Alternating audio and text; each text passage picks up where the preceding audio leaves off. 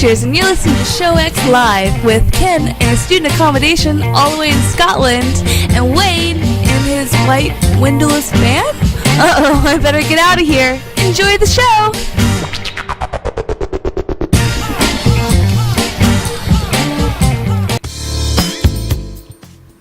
Hello, everybody, and welcome to Show X on VTWProductions.com. You're listening live at 2 p.m. Eastern, 7 p.m. GMT on this, the 7th of May, 2017. We are joined, as always, by our good friend Ken. How are you doing today, sir? I am here. You and two Doges have arrived. Yeah. Oh God, I'm pretty sleepy. To be honest, I've had a kind of crazy weekend, and I'll go on to why. But it's been activity filled and drama filled and so on. So it's but like I said, I am here. That is the most important part, and that is what we need for the show. So thank you for making it, sir. No problem at all. Now, speaking of people who might not be on the show today, you're here even though it's a very special day. I don't know what you're saying about a special day. It's just a day. Oh, it's so special. It's one of our favorite days because we all get to buy. It is a good day. It is a good day. It is a good day because today I get to wish a happy birthday to a couple friends of mine.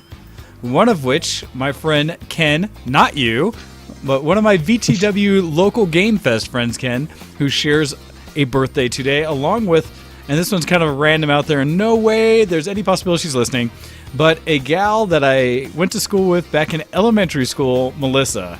I want to give them both a very happy birthday from Show X. Yay, happy birthday. But also, kind of relevant to the Show X thing, there's this guy who has been doing this podcast for several years, whose birthday it is also today. Really? His name is Wayne, and this time it actually is you. So congratulations to the fantastic Mr. Adams here, our one of our favorite podcasters of all time and good friend. May you enjoy today, and may you have many more happy birthdays just like today. I'm glad to hear that you've been having a quieter one today than unlike last year. I think after last year, you deserved a year off. Well, so I mean, from this point forward, there's nothing really for me to celebrate about a birthday. It's just another year, another level ding, but it's not like I've earned any new achievements, opened up any new skill sets, or, got to a point where I can wear like any epic gear that I didn't have before. And so I dinged all of that last year. And so I believe you become a wizard, actually, if you get to the age of 50 as a virgin. However, I don't think you're going to succeed in that one. I don't think I meet all the prereqs for that, but they do have. So. I think here the other one is either 55 or 60, 65. Those areas where it becomes retirement age and things like that you could, I guess, almost reach out to and call. But beyond that, yeah, there's nothing really to look forward to on my birthdays this far going forward, other than dinging another year. And getting a crap ton of video games sent to you by peoples, which is always good. Then there's also the fact that you get to drink alcohol at any time of the day without judgment. That's also good. Wait, I can't do that any day? On your bed. I've got unruly dogs. On your bed. I was going to say, you have one dog who's just sitting there. I say, Brutus seems like he's just chilling. It's Tank that's like, what? Okay. No, not that way. On your bed. Good boy. Yeah, well done for knowing my pets' names. Lie down. Lie down. All the way down. There we go. Tank's like, what? What? I heard noises. I want to investigate. It's probably more fun than your boring-ass dad. So yes, happy birthday, sir. I do recommend that anybody out there who how about this? If you haven't donated to the show ever, what you could do instead is make Mr. Wayne here a happy boy and purchase him a game or two. Now, I will say, I don't think anyone needs to purchase me games. I have far more than I can. I have far more games that I have time to play, that I can have space on hard drives to install. As I looked recently, and I have 3 terabytes of dedicated storage for gaming that are all full. One's on 1 terabyte SSD, 2 terabytes on a Western Digital Black Edition drive that are full of games, and that's only not even like a third of my Steam library that I actually maintain installation. So no, I don't need more games. Appreciate. Oh, I lost a Ken. Hopefully that wasn't on me. What did he do?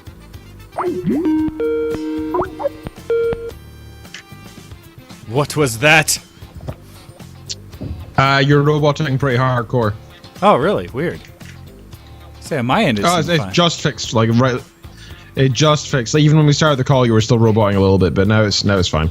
Okay, I was like, what happened? What did I do? No, don't worry. All is well. All is well.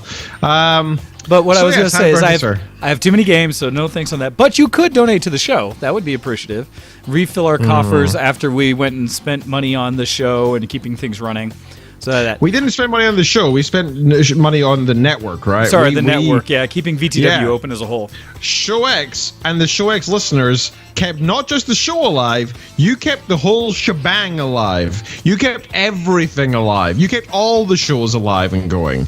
Do not underestimate the power of our listeners. They are fantastic, and the generosity of them. They are great. So yes, we are in need of refilling our coffers, but don't feel overpressured, guys. That if you don't want to ever do that, if you don't want to donate money, you can always share the show and share some links. We appreciate that too. That's if not even better than the cash itself, because the cash just keeps us going, but listeners keep us going even more. What's the point of the show without any listeners, right? We do like our listeners, and we do like to have more people to look at what we do and to comment on the things we talk about. I do want to say one thing about modern era and having a birthday that's at least known to people is social media and kind of how it plays a part in that.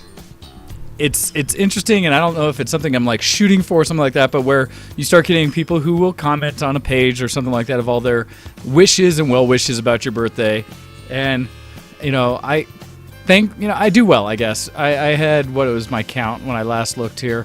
Just this morning still, I was sitting in the range of, it says like 79 people that have wished me a happy birthday today on my social media. Which is kind of nice, because even when you're sitting there feeling like you're not doing anything for your birthday, which is kind of how I've been today, just hanging out, it's nice to see that many people kind of just say like, oh, hey. So that's I appreciate great, dude. That's fantastic. That's a high number, and it just shows that people care about you, which is always a very important thing in our lives. Yeah, so that's nice.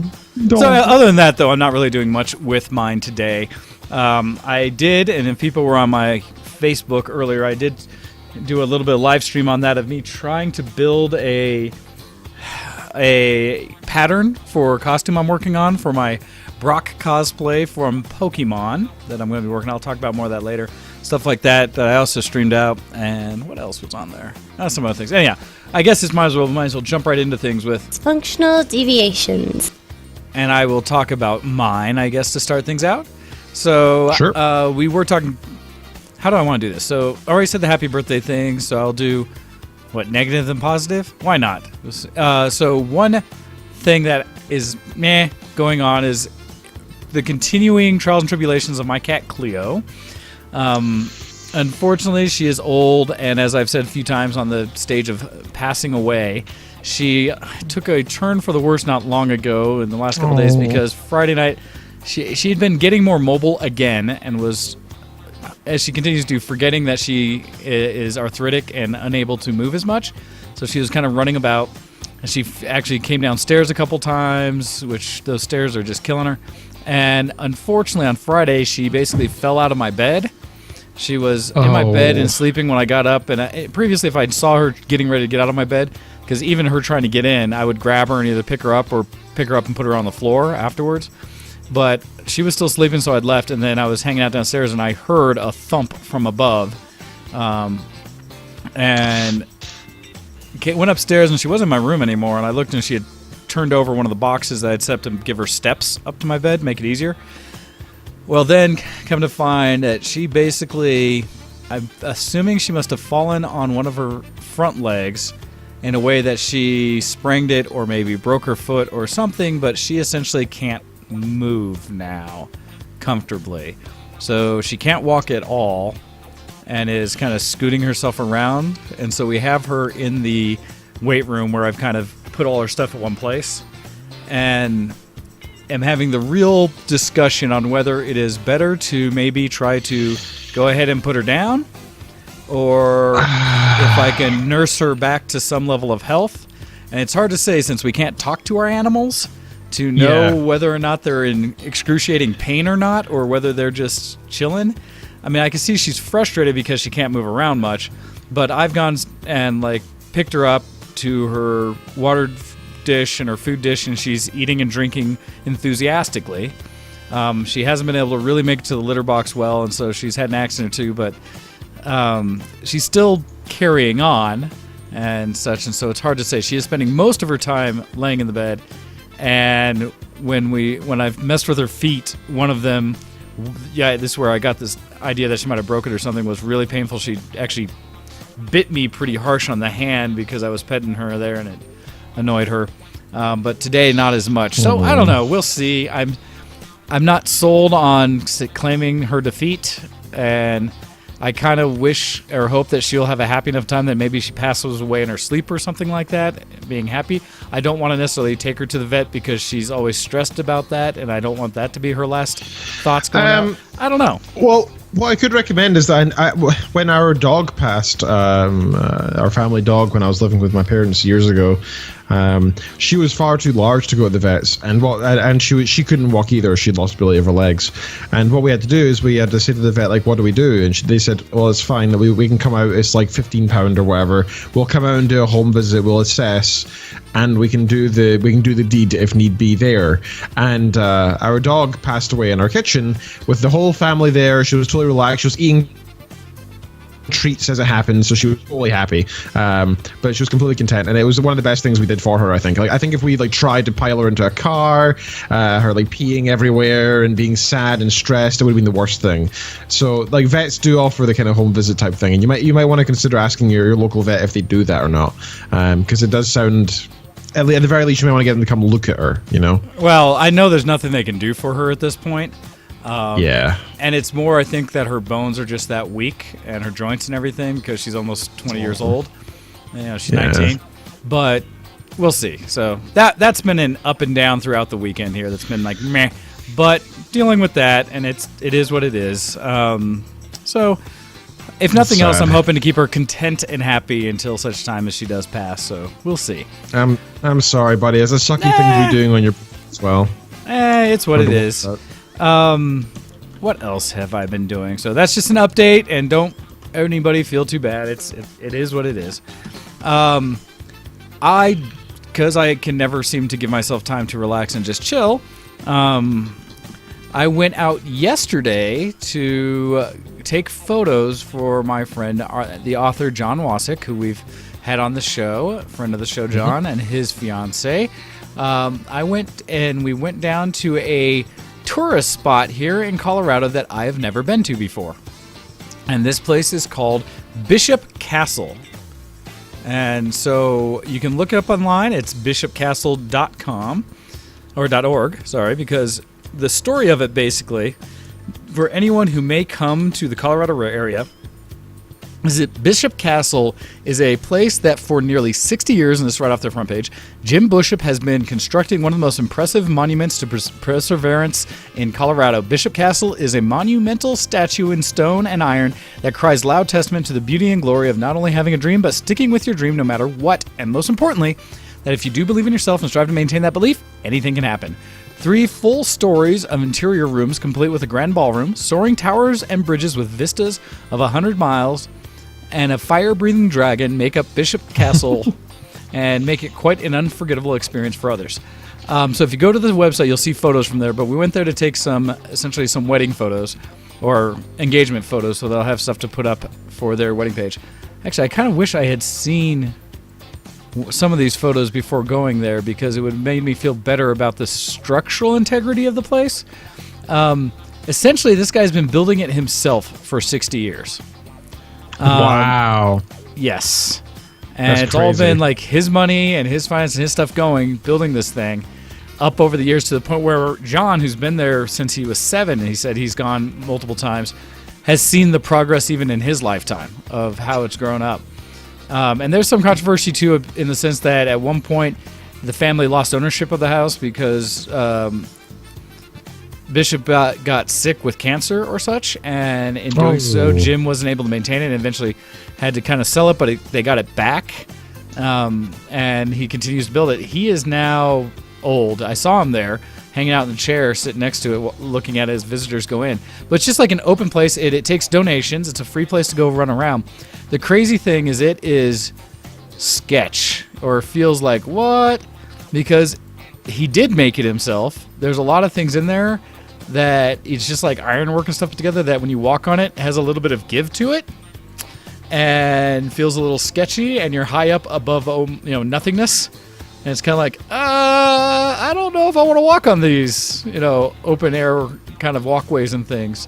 So yeah, it's kind of scary. I can see why. Because I know what the regulations here in the UK are like, where like they exist, right? Unlike in the US. Well, we usually do, and that's kind of the crazy part. This castle, walking around on it, it is very much at your own risk, because like there's signs and things he built on it that were ridiculous. Like he's got some of the thoughts are amazing. One of the pictures shows there's a whole angled side piece to it that looks like he has a rolling elevator, something that you could get on a cart that has a platform on it. Like every game you've ever played that had an angled like thing coming down platform, that he built one on the side of it. I don't know if it works. Like all the ironwork's there for it, but it doesn't look like there's anything that really would allow it to roll. But it's brilliant in how it should match up with the outcropping up above it. And so like some of the ideas are amazing. I just don't know what it'll take for him to actually finish some of them. And it's an active construction site. And so there's stuff constantly being worked on around it. And people walking all around. And one of the things that's changed over the years is how tall it's gotten, how big it is. And you know what? I'm going to do the stream thing so that people can see this and share this on my screen.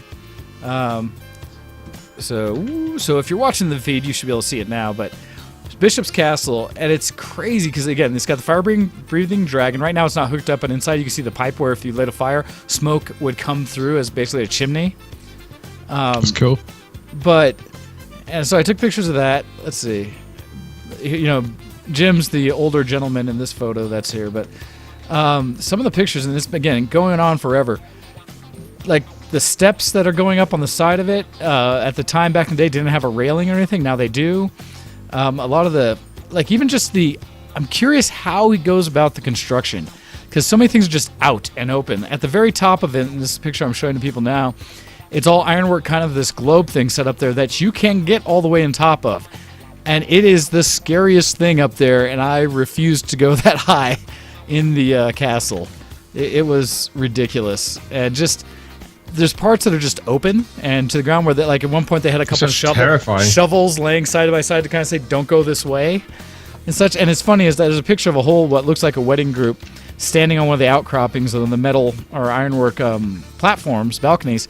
And I walked on it by myself and was a little like, I don't know about this, let alone having a whole wedding party there. So, I mean, I believe it's absolutely sound structurally, but it's not like when I walked around through castles and stuff in, England and Scotland where everything is just stone and therefore feels very sturdy. It's probably more secure than most buildings these days, yeah. Exactly. But it was a neat place to go. Got some photos. Hopefully some things they'll enjoy. And it was a good just day kind of trip out. It's about a 2.5 hour drive from here in Denver down south. So it's west of Pueblo. And it's a neat place. You come right up on it and it's just bizarre. And there's a picture I took, and I'll have to go through the photos, that show their dream for the whole place. And the castle is going to be the main thing. But it's supposed to have a wall that goes around this entire property. And that is not even close to being built yet. And saw like the moat he's got going, as well as a dungeon he's currently working on. And that's cool. Like one side of it's got an elevator that he's trying to put in that looks like kind of a hand crank, big iron elevator. It's just it's amazing, kind of the detail and randomness in it. It is such a cool place. So first time I'd been there. People have been there forever, and it's kind of a staple of Colorado. So it was fun to check that out. So did that. What else did I do? The only other thing I really had notes on is that I got to do a tease of learning a thing from a friend of mine called shibari, which is a Japanese technique for tying rope. Friend of mine, Tara, the one that we had on the show a while back, Tay-Ray, the cosplayer, she has all kinds of talents and interests, and gave me a quick lesson on that, which was pretty interesting, which I will not share photos of. I don't know what I'll do with that. But that was kind of an interesting time, too. But oh, you stupid thing. Background music freaking out. I was wondering what that is. Yeah. That's weird. Well, so I have a feeling, and so I'm just going to pause that. I don't know what's causing that to. It's either network stuff or whatever. But I've actually thought about this for some time and would love responses from all of you guys out there. Is the more I've gone back into listening to podcasts, the more I'm realizing like how few that I listen to have background music. And I wonder if that's a staple that you guys absolutely expect from us, or if it's fine just hearing our voices. Because then we could just kind of... I personally find it's almost a nostalgia factor. Like, the fact that the people have been listening for years and they've gotten used to our background music, it also makes you have the feeling of, I know what I'm listening to straight away, right? Like, you'll like as soon as you hear the background music that we've been using literally for like years and years and years, they think, oh, this is the sound of show X, right? This is the sound that we listen to listen to these guys. And it's comforting, I think, in that sense. So I don't know. I don't know whether it's a great idea or a bad idea to get rid of the background music. But I personally, it gets me in the mode of I am doing the podcast. Like even right now with music off, I'm very aware of the fact that it feels like we're just doing a Skype call and doesn't feel like I'm on the show anymore. You know? Gotcha. And it's weird because it's not just the background music, because apparently I'm watching as Sam is kind of freaking out a little bit in the process. I'm going to explains the lag as well. I think it might be something on your end, sir. Oh, I'm sure it is. Let's see. Let's do a few little things to clear stuff up so that there's, more room here, at least in the sense of memory and everything. So I'll look at what else is running on my computer right now. Since Skype's taking up the most, but there's some other little things. Grr. It's always unfortunate when stuff like that happens. But anyhow, yeah, as we continue. So other than that, that's pretty much what I've been doing that hasn't been geeky this week. How about yourself, sir? Well, I took like one note. Yeah, I took one note. I should really add more to it. So the first thing, and the reason I bring this up first is, and I wasn't sure if I was going to bring it up because it's a slightly morbid topic and it's a little bit sad, and I don't know if it's seen as private or not, but I'm not using any names. I broke things off with being all kinds of happy to start the show. Yes, this is not particularly happy. On 2 nights ago, Friday evening, we had a couple of friends round and it was fine, and we were laughing and enjoying a few, not drinks, we were eating some food and we were chatting and we were talking about different stuff. The guy I was talking to is a really interesting guy who has a lot of knowledge on a lot of topics that I don't, which is really interesting. I mean, I generally am kind of kept in kind of an echo chamber of knowledge. Like I'm kind of kept in the computing science department, so I talk to people who know about computing science. So generally speaking, when they tell me something, I either have a vague idea or know entirely what they're talking about already, right? So I'm kind of used to that with in terms of general scientific knowledge. But this guy I've been speaking to was more social sciences, biological licenses and stuff, like to do with like forestry and the likes, and it was quite interesting to hear all that side of things. It was entirely different than what I'm used to. It was more the politics and the social aspects and people's opinions on things than it is just the pure science, which was quite interesting. So I was really enjoying this discussion and the likes, and then suddenly we get a phone call, and it's one of our close friends, Lexi's best friend, Kitten's best friend even, who says, "Can you please give me a lift to the vet? I think something's wrong. I think I screwed up something," she was saying. And we were like, okay, we'll be there. I was like, I'll be there in 10 minutes. Like, I grabbed the keys, jumped in the car, and with Kitten, said bye to our guests, and we just basically pushed them at the door, which I felt kind of bad about, but, emergency situations, right? Oh, yeah. And we piled the car and drove off. And turns out that the kitten was fell in the. It's a 4-month or so year old kitten. Fell in the bath as it was full of just hot water, so it was close to boiling temperature. Ooh. And so we went to the took him to the vets. So there's the 3 of us in the car plus the kitten, and they basically said, look, if it was a human, we'd get skin grafts. They'd be unconscious for several weeks. Then there'd be months of recovery. With a kitten, its pads will never renew properly. It will hurt whenever it walks, and it would cost you thousands and thousands of pounds, possibly in the tens of thousands, just for keeping him in the vet for like a few weeks or longer, and all the drugs, etc. Yeah. So yeah, the other decision is fairly obvious, and that was the one that sadly had to take place. So everybody was very, very somber and sad that evening. It was such a shame because it was a small kitten. It was young, and it was just a simple mistake. Just fell in the bath. That's all it is. Just fell in the bath. Walking around the corner of the bath rim and fell in. I guess that's all it is. And it's the true sense of an accident, and they do happen, and it's unfortunate. It was nobody's fault. It was just these kind of things happen, and it's unfortunate because young animals especially are particularly clumsy, right? And these things happen. This Tank trying to slowly escape by he's got 2 paws on the ground. He's like, maybe Dad won't notice if I do it extremely slowly like this. On your bed, Tank, on your bed. There we go. Good boy. This is why I don't keep them in the room while I do the show normally. That's entertaining, though. So it was very sad, but it has happened, and in the end, it was the right decision for them to make because the cat was clearly in pain, and it was definitely the right decision. But it was a very, very sad evening, and as such, since we were up really late doing that at the emergency vets, we had to call the vet in to come into the vets when the practice was closed, right? Yeah, that always sucks. Yeah, so we were there super late till like 3 a.m. or so. It's been beautiful sunshine all week this week. So the sunshine started pouring into our bedroom that has these light white curtains in. So we both woke up about 7:30, or we had approximately 3 to 4 hours sleep. Ouch. We kept trying to go to sleep, but it just wouldn't happen. It was just too bright. We just couldn't do it. So we decided to get up, and we decided, hey, it's sad. We're all sad. Let's go out and do something and make use of the sunshine and try to enjoy that at least. We're trying to do something nice today, try and have some nice memories. So we brought the 2 puppies, these 2 guys. One who is currently licking himself. Oi! They're ridiculous. We went to this reservoir up the back of our house. Somewhere that's only like a 15-minute drive, but we never go to. I've only been there once. It's like a 50-minute walk up these long hills, and it's this beautiful big reservoir with this cliff facing over it and pine forests all around.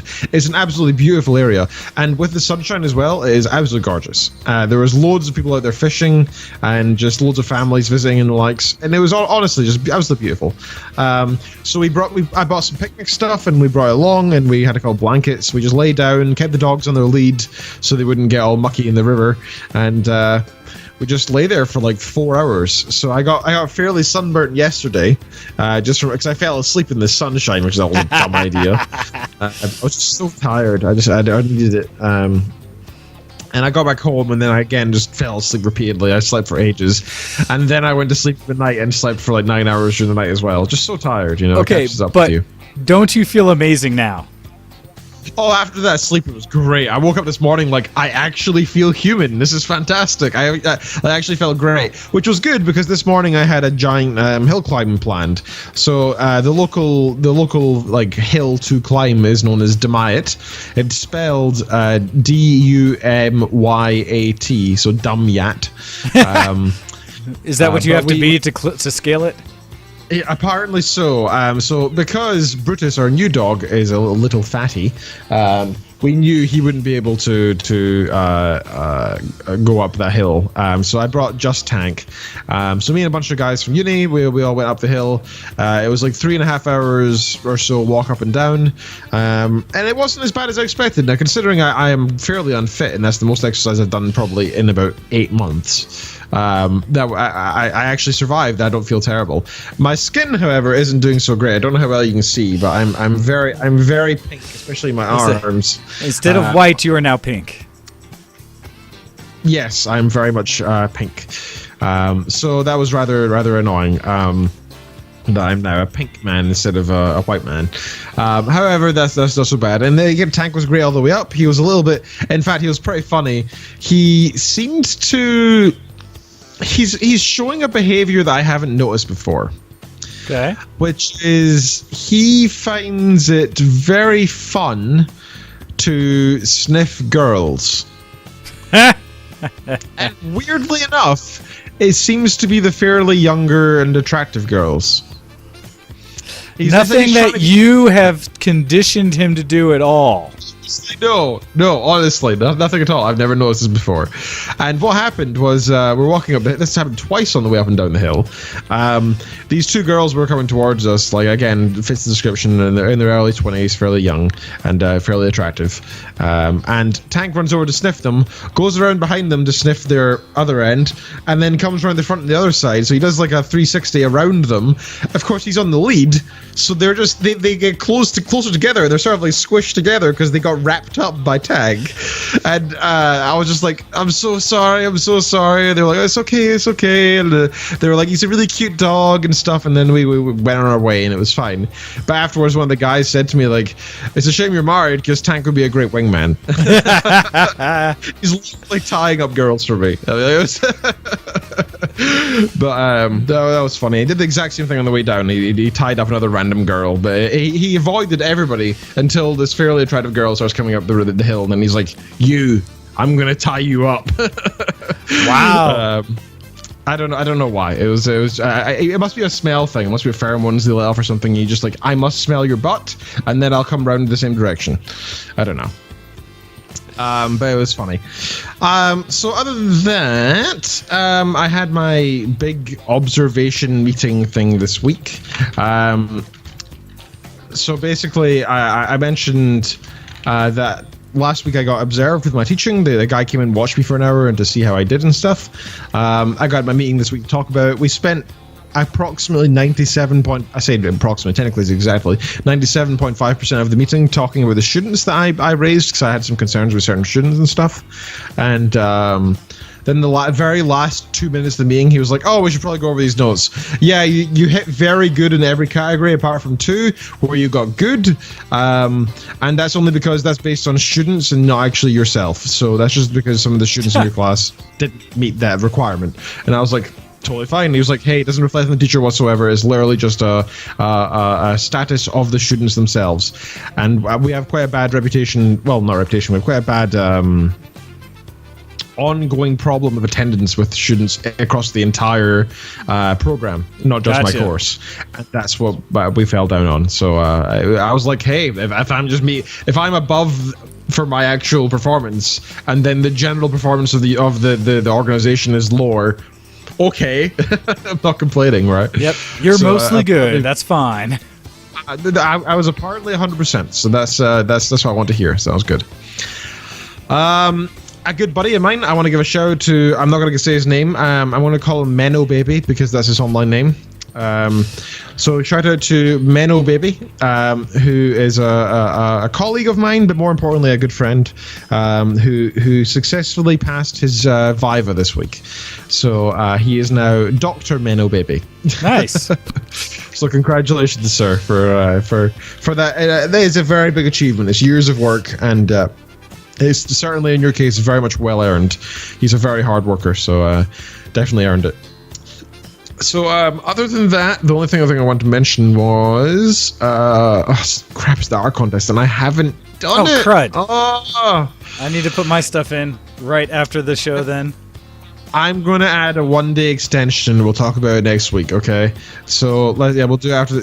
we'll wait till next week, okay? Until we talk about it. But I'll add 1 day to the art contest. Because we only have 4 entries so far, and a great one, actually, some really good ones. So go take part, show X, our contest, go into the forums by going to vtlibertions.com. clicking the forums at the top and going down to the Show X board. Inside there is the Show X art contest, which is probably the top thing right now. And the deadline is tomorrow. The themes include engine, silver, temple, video game, defensive, birds. Not one sentence. That's not like one theme. That's like multiple themes, okay? Like it's not specifically an engine, silver, temple, video game, birds, right? It's engine, comma, silver, comma, temple, comma, video game, comma, defensive, comma, birds, comma, my home is not a place, it is people. A quote by Lewis McCaster Bejeweled. So go and take part. There's still a little bit of time left. Feel free to add something from your archive of old images and stuff. I will be doing that considering I haven't picked up my camera in a very long time. So go take part. We would appreciate that. I did have one more thing. Oh yes, I have my road trip in 2 weeks and I can't wait. It's going to be so good. It's going to be so good. Going to do some crazy stuff. And how far did you say that is going to be? Oh, there's no specific, like, number, I guess. Well, you don't have it, like, listed out as here's our route, and therefore we're going to travel this far? We have vague checkpoints. Like, we have a place for a hotel, and we have, we say this is one of our places we would like to go to, but other than that, it's completely open. So, yeah, that's the plan. We've got 2 places we would like to go to. Otherwise, we got a whole weekend to travel the country, and it's going to be awesome. Nice. Yeah, I'm really excited. But yeah, that's been my week in non-geek, sir.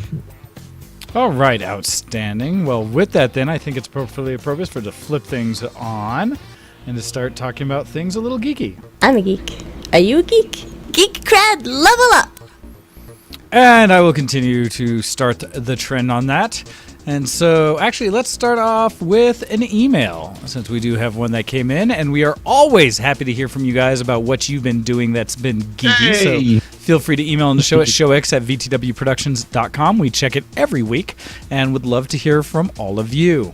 And especially if it's anything you hear us say, topic-wise or such, that you want to call us out on, by all means. Or if we've said something incorrectly, or if there's something we missed, by all means. So the email we do have in there is just a short one, but it is from Miss Copy and says, "Happy birthday, Mr. Wayne.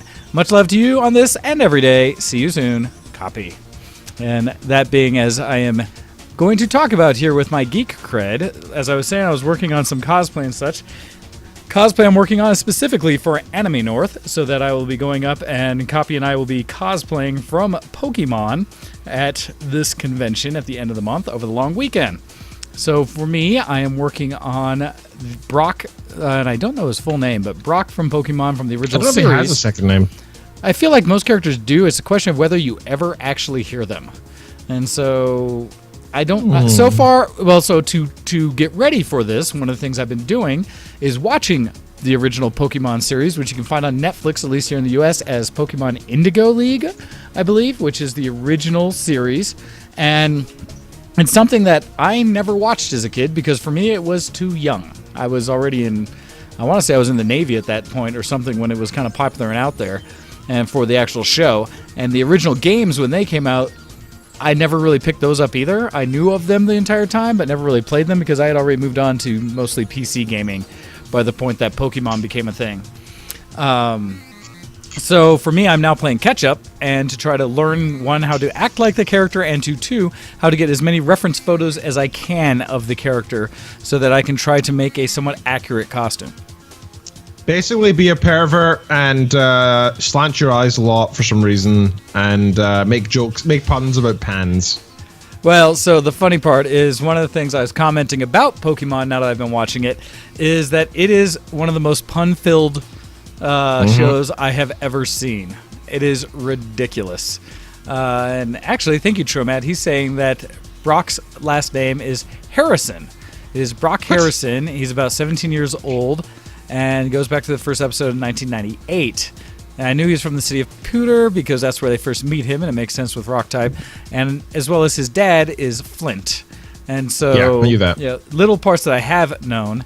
And it's interesting because as I'm trying to learn and I'm trying to get the costume done, one of the things I ran into is I started taking photos of everything. I saw his father, Flint, and I was like, well, that's not that much different. I mean, basically almost the same wig. It's just a yellow shirt, different color pants, and a red beanie. But if I managed with that and grabbed a fake beard, I could totally do the father as well. I could, like, start off my cosplay on Friday as his dad, and then go to him on Saturday, and it would all be very similar. Evolve into him. Yeah. Except I need to, like, limit myself because I have basically 2 weeks to get this done. And so it would be fine, except that I also have a lot of photos to edit and other things that I'm responsible for besides the costume. But this costume is pretty much my priority because I need it done, as well as I'm trying to, for the first time, do it a little more professionally than most any other cosplay I've done, in that I am trying to make a pattern.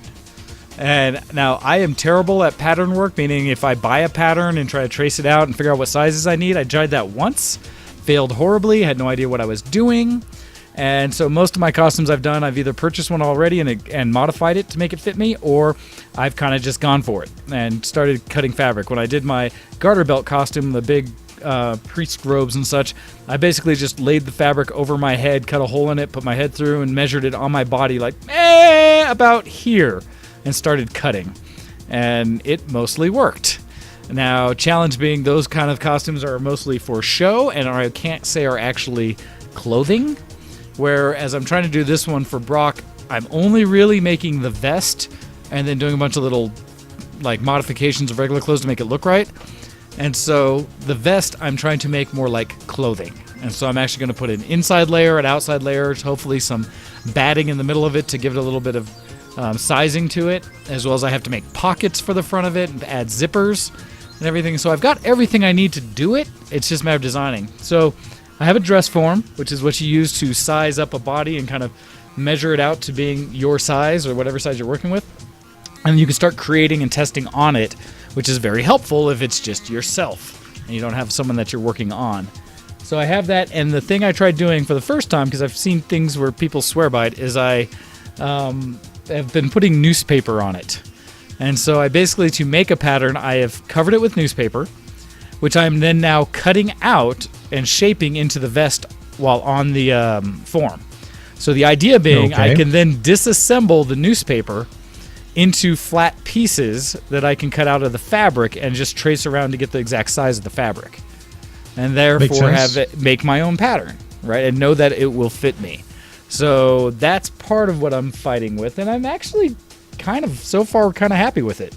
I got to do some little tweaks on it to pull in pieces, because right now it kind of billows out, but to like pull the back in and stuff I have to cut through and kind of closed it up. So that one I've got to work with. But yep, that's my first time. Hopefully it'll mean the final product will be more professional than anything else I've done.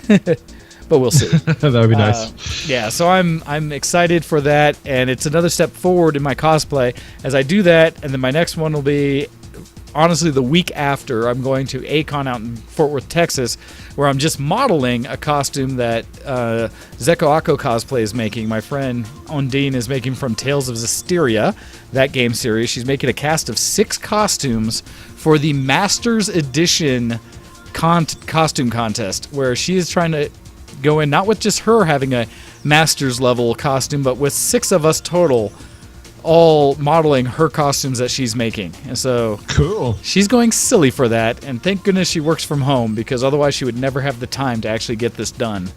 But yeah, in fact, I may sneak That's it. great, that kind of project. That's fantastic. Oh, it's and the way she's doing it's phenomenal. I know a lot of people who do Masters, and they're awesome cosplayers, seamstress, and stuff like that.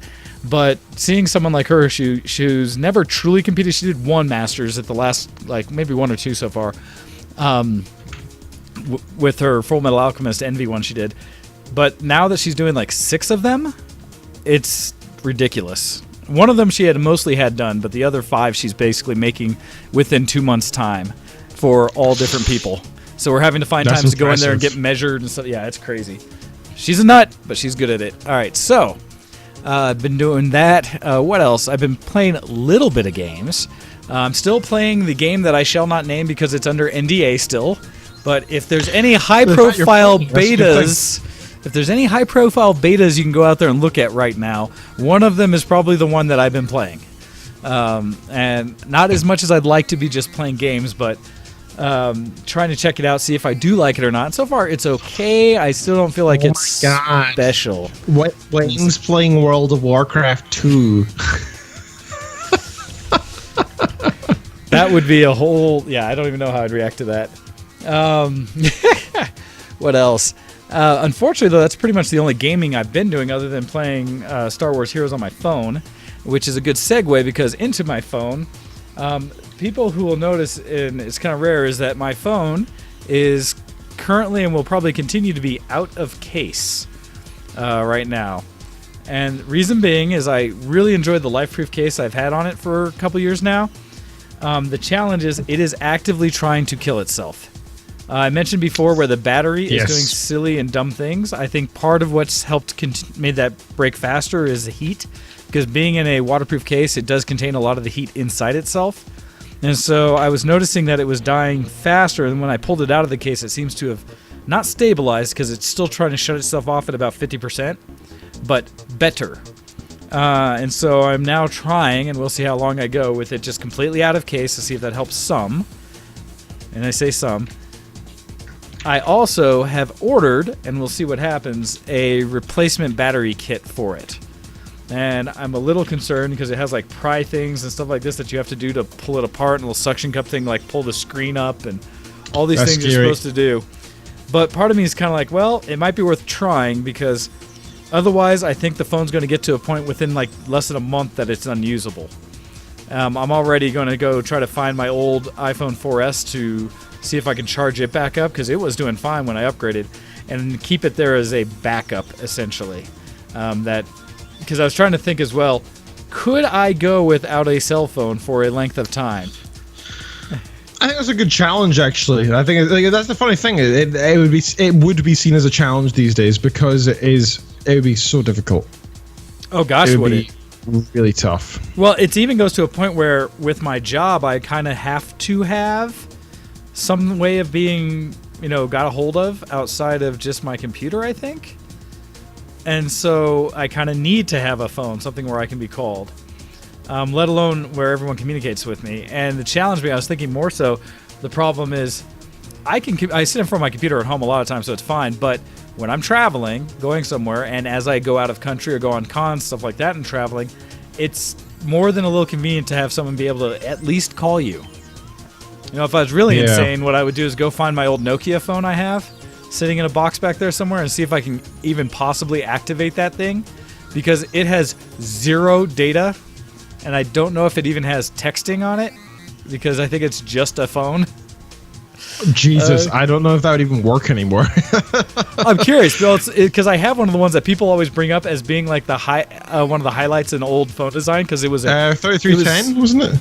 I don't even remember the actual thing, but I remember the look of it. It was a beast.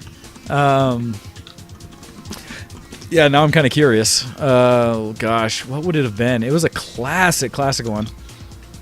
Oh, Google Nokia 3310. That's kind of like the classic one. Well, because I see, and I think it's it, or very close to, that... Yeah, it might have been the one... So one of the ones I'm looking at is the 1110, the 1110. Looks very similar.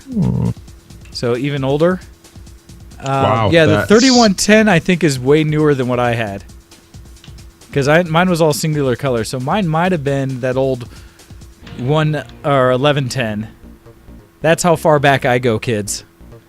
It even has the antenna actually pulls out to go a little further. And so, but I have it actually in a box sitting just over there somewhere that I think I still have everything for. I wonder if I could get it. That'd be amazing. And so, but yeah, I'll put that on the stream for anyone. It'd save you a lot of money, actually, because if you could use that, you would never, use data, and no. You'd probably start reading books again. Yeah, instead of like trying to play games or something like that. Like I said, yeah, I don't even know if that one had the ability to text or anything. But I want to say that was my first cell phone outside of having a pager. And so I think you should try and do 1 month on that thing. That'd be fun. Just to see if you could do it or not.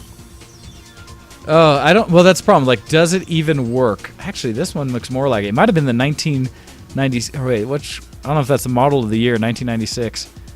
I don't know. Like I said, these are great, but yeah. Anyhow, that so there's that. So we'll see how long it lasts, and I may have that on the backup, but I will probably try to make a video of me pulling it apart when I actually go for it, and we'll see. As long as there's no soldering involved, I may have an opportunity, because I am terrible at that. But yeah, these are such tiny, complex devices now. Scary. Yeah, they are.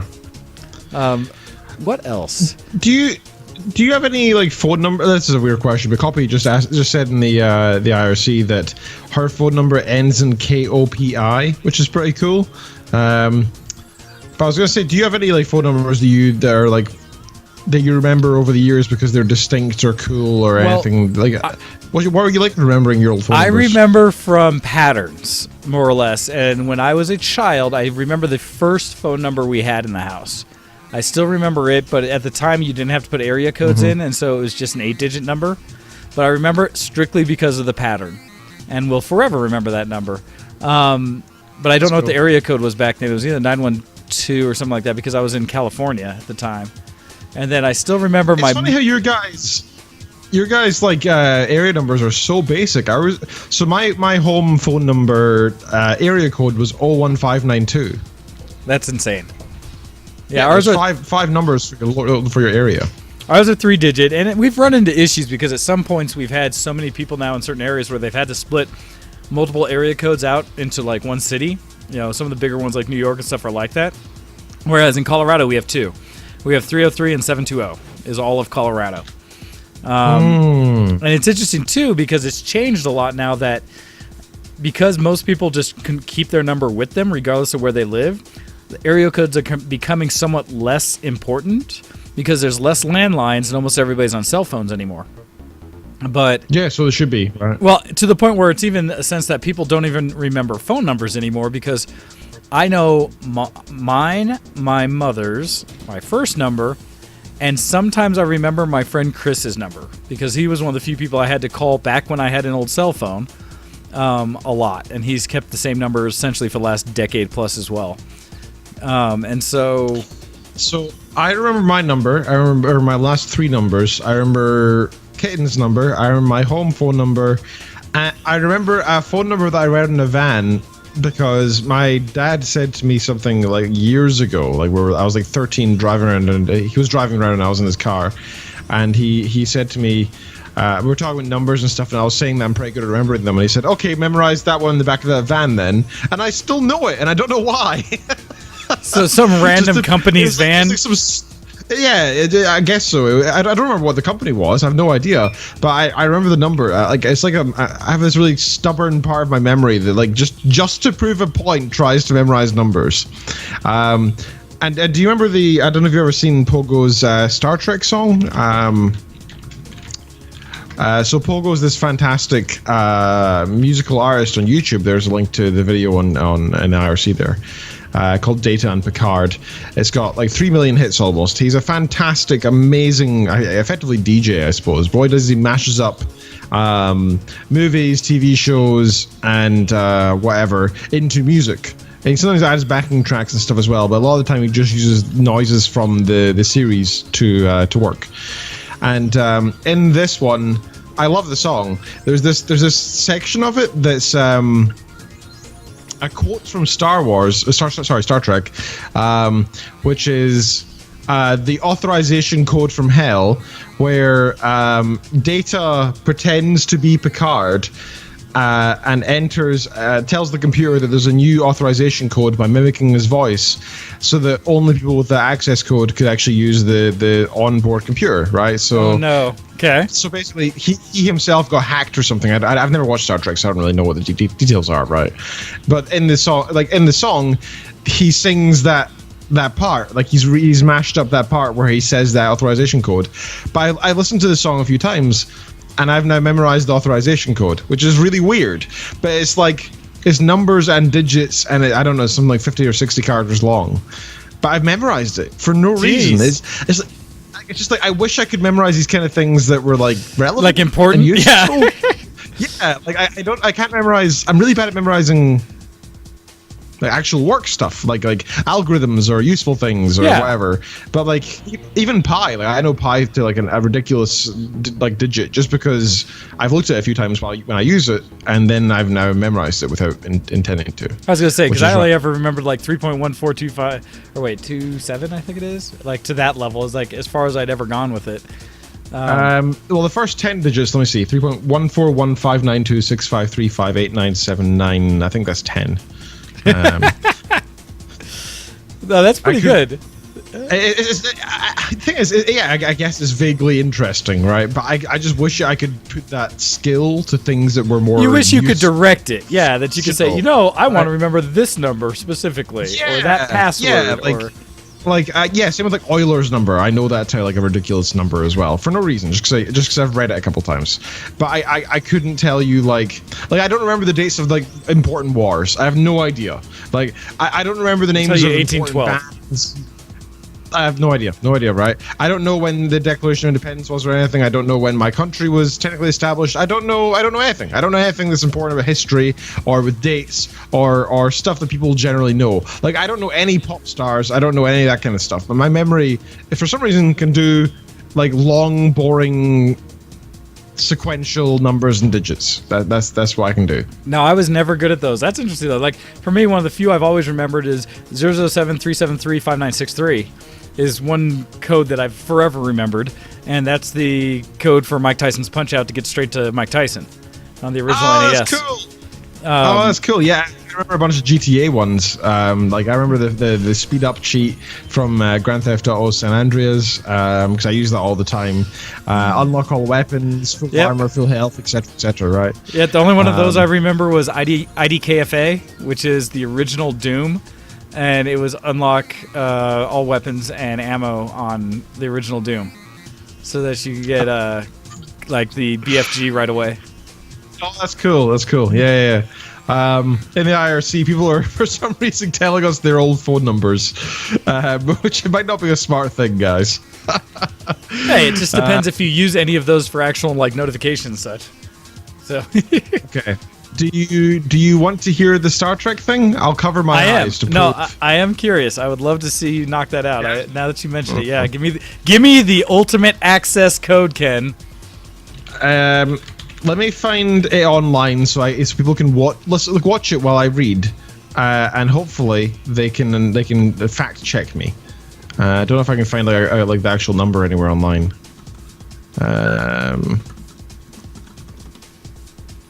Let's see. Access code from hell.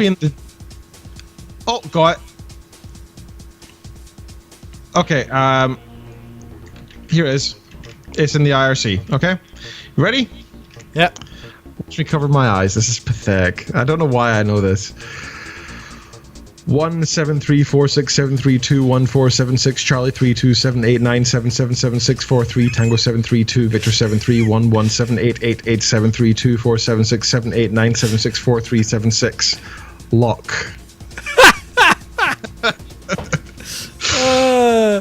That was pretty good. I actually really appreciated that.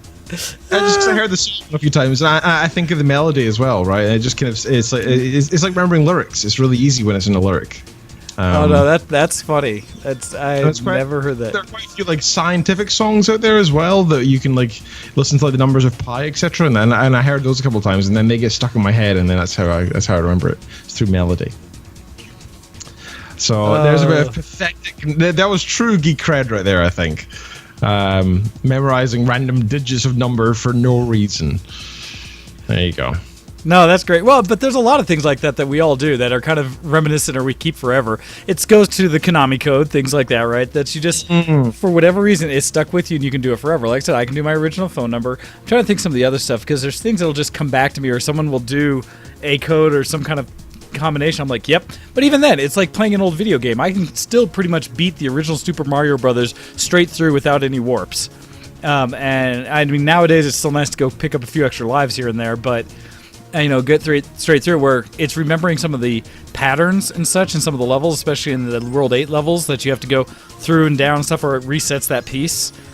And so, I mean, it takes me a couple times now, but it's amazing how many of them just kind of come back out of my memory without me really trying to think about it. So that's I think with guitar as well. Like if there's a piece that I haven't played in a few years, I might have no idea how to begin it. But if I just look at the music once and I get the beginning like 2 notes or whatever, that'll be enough, and then I can just play the whole thing all the way through, perfect melody, perfect timing, everything, right? Just because it's just you've just done it so many times, it just sticks in there. It's weird. That's awesome. It's slightly scary, actually. I think in a way. Well, it's the things that our minds can do, essentially. Yeah. And I want to say the one you learned was the Pogo remix, right? Yes. Or such. So I found a link, and this might be the one too that I put in the IRC. So if people want to listen to it as well at a later date, you can do that. All right. Great song. It is Couldn't time for us recommend to more. take a break. Unfortunately, if I had the time ahead of time to grab this one, I would have put it during the break. But instead, I'm going to play something from OC Remix that is around Pokemon, because that is my life for the next couple weeks. And so this is a remix from OC Remix from Pokemon Red.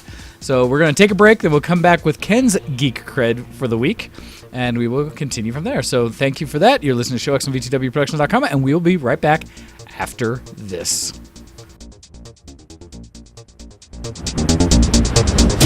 Send in your emails to showx@vtwproductions.com.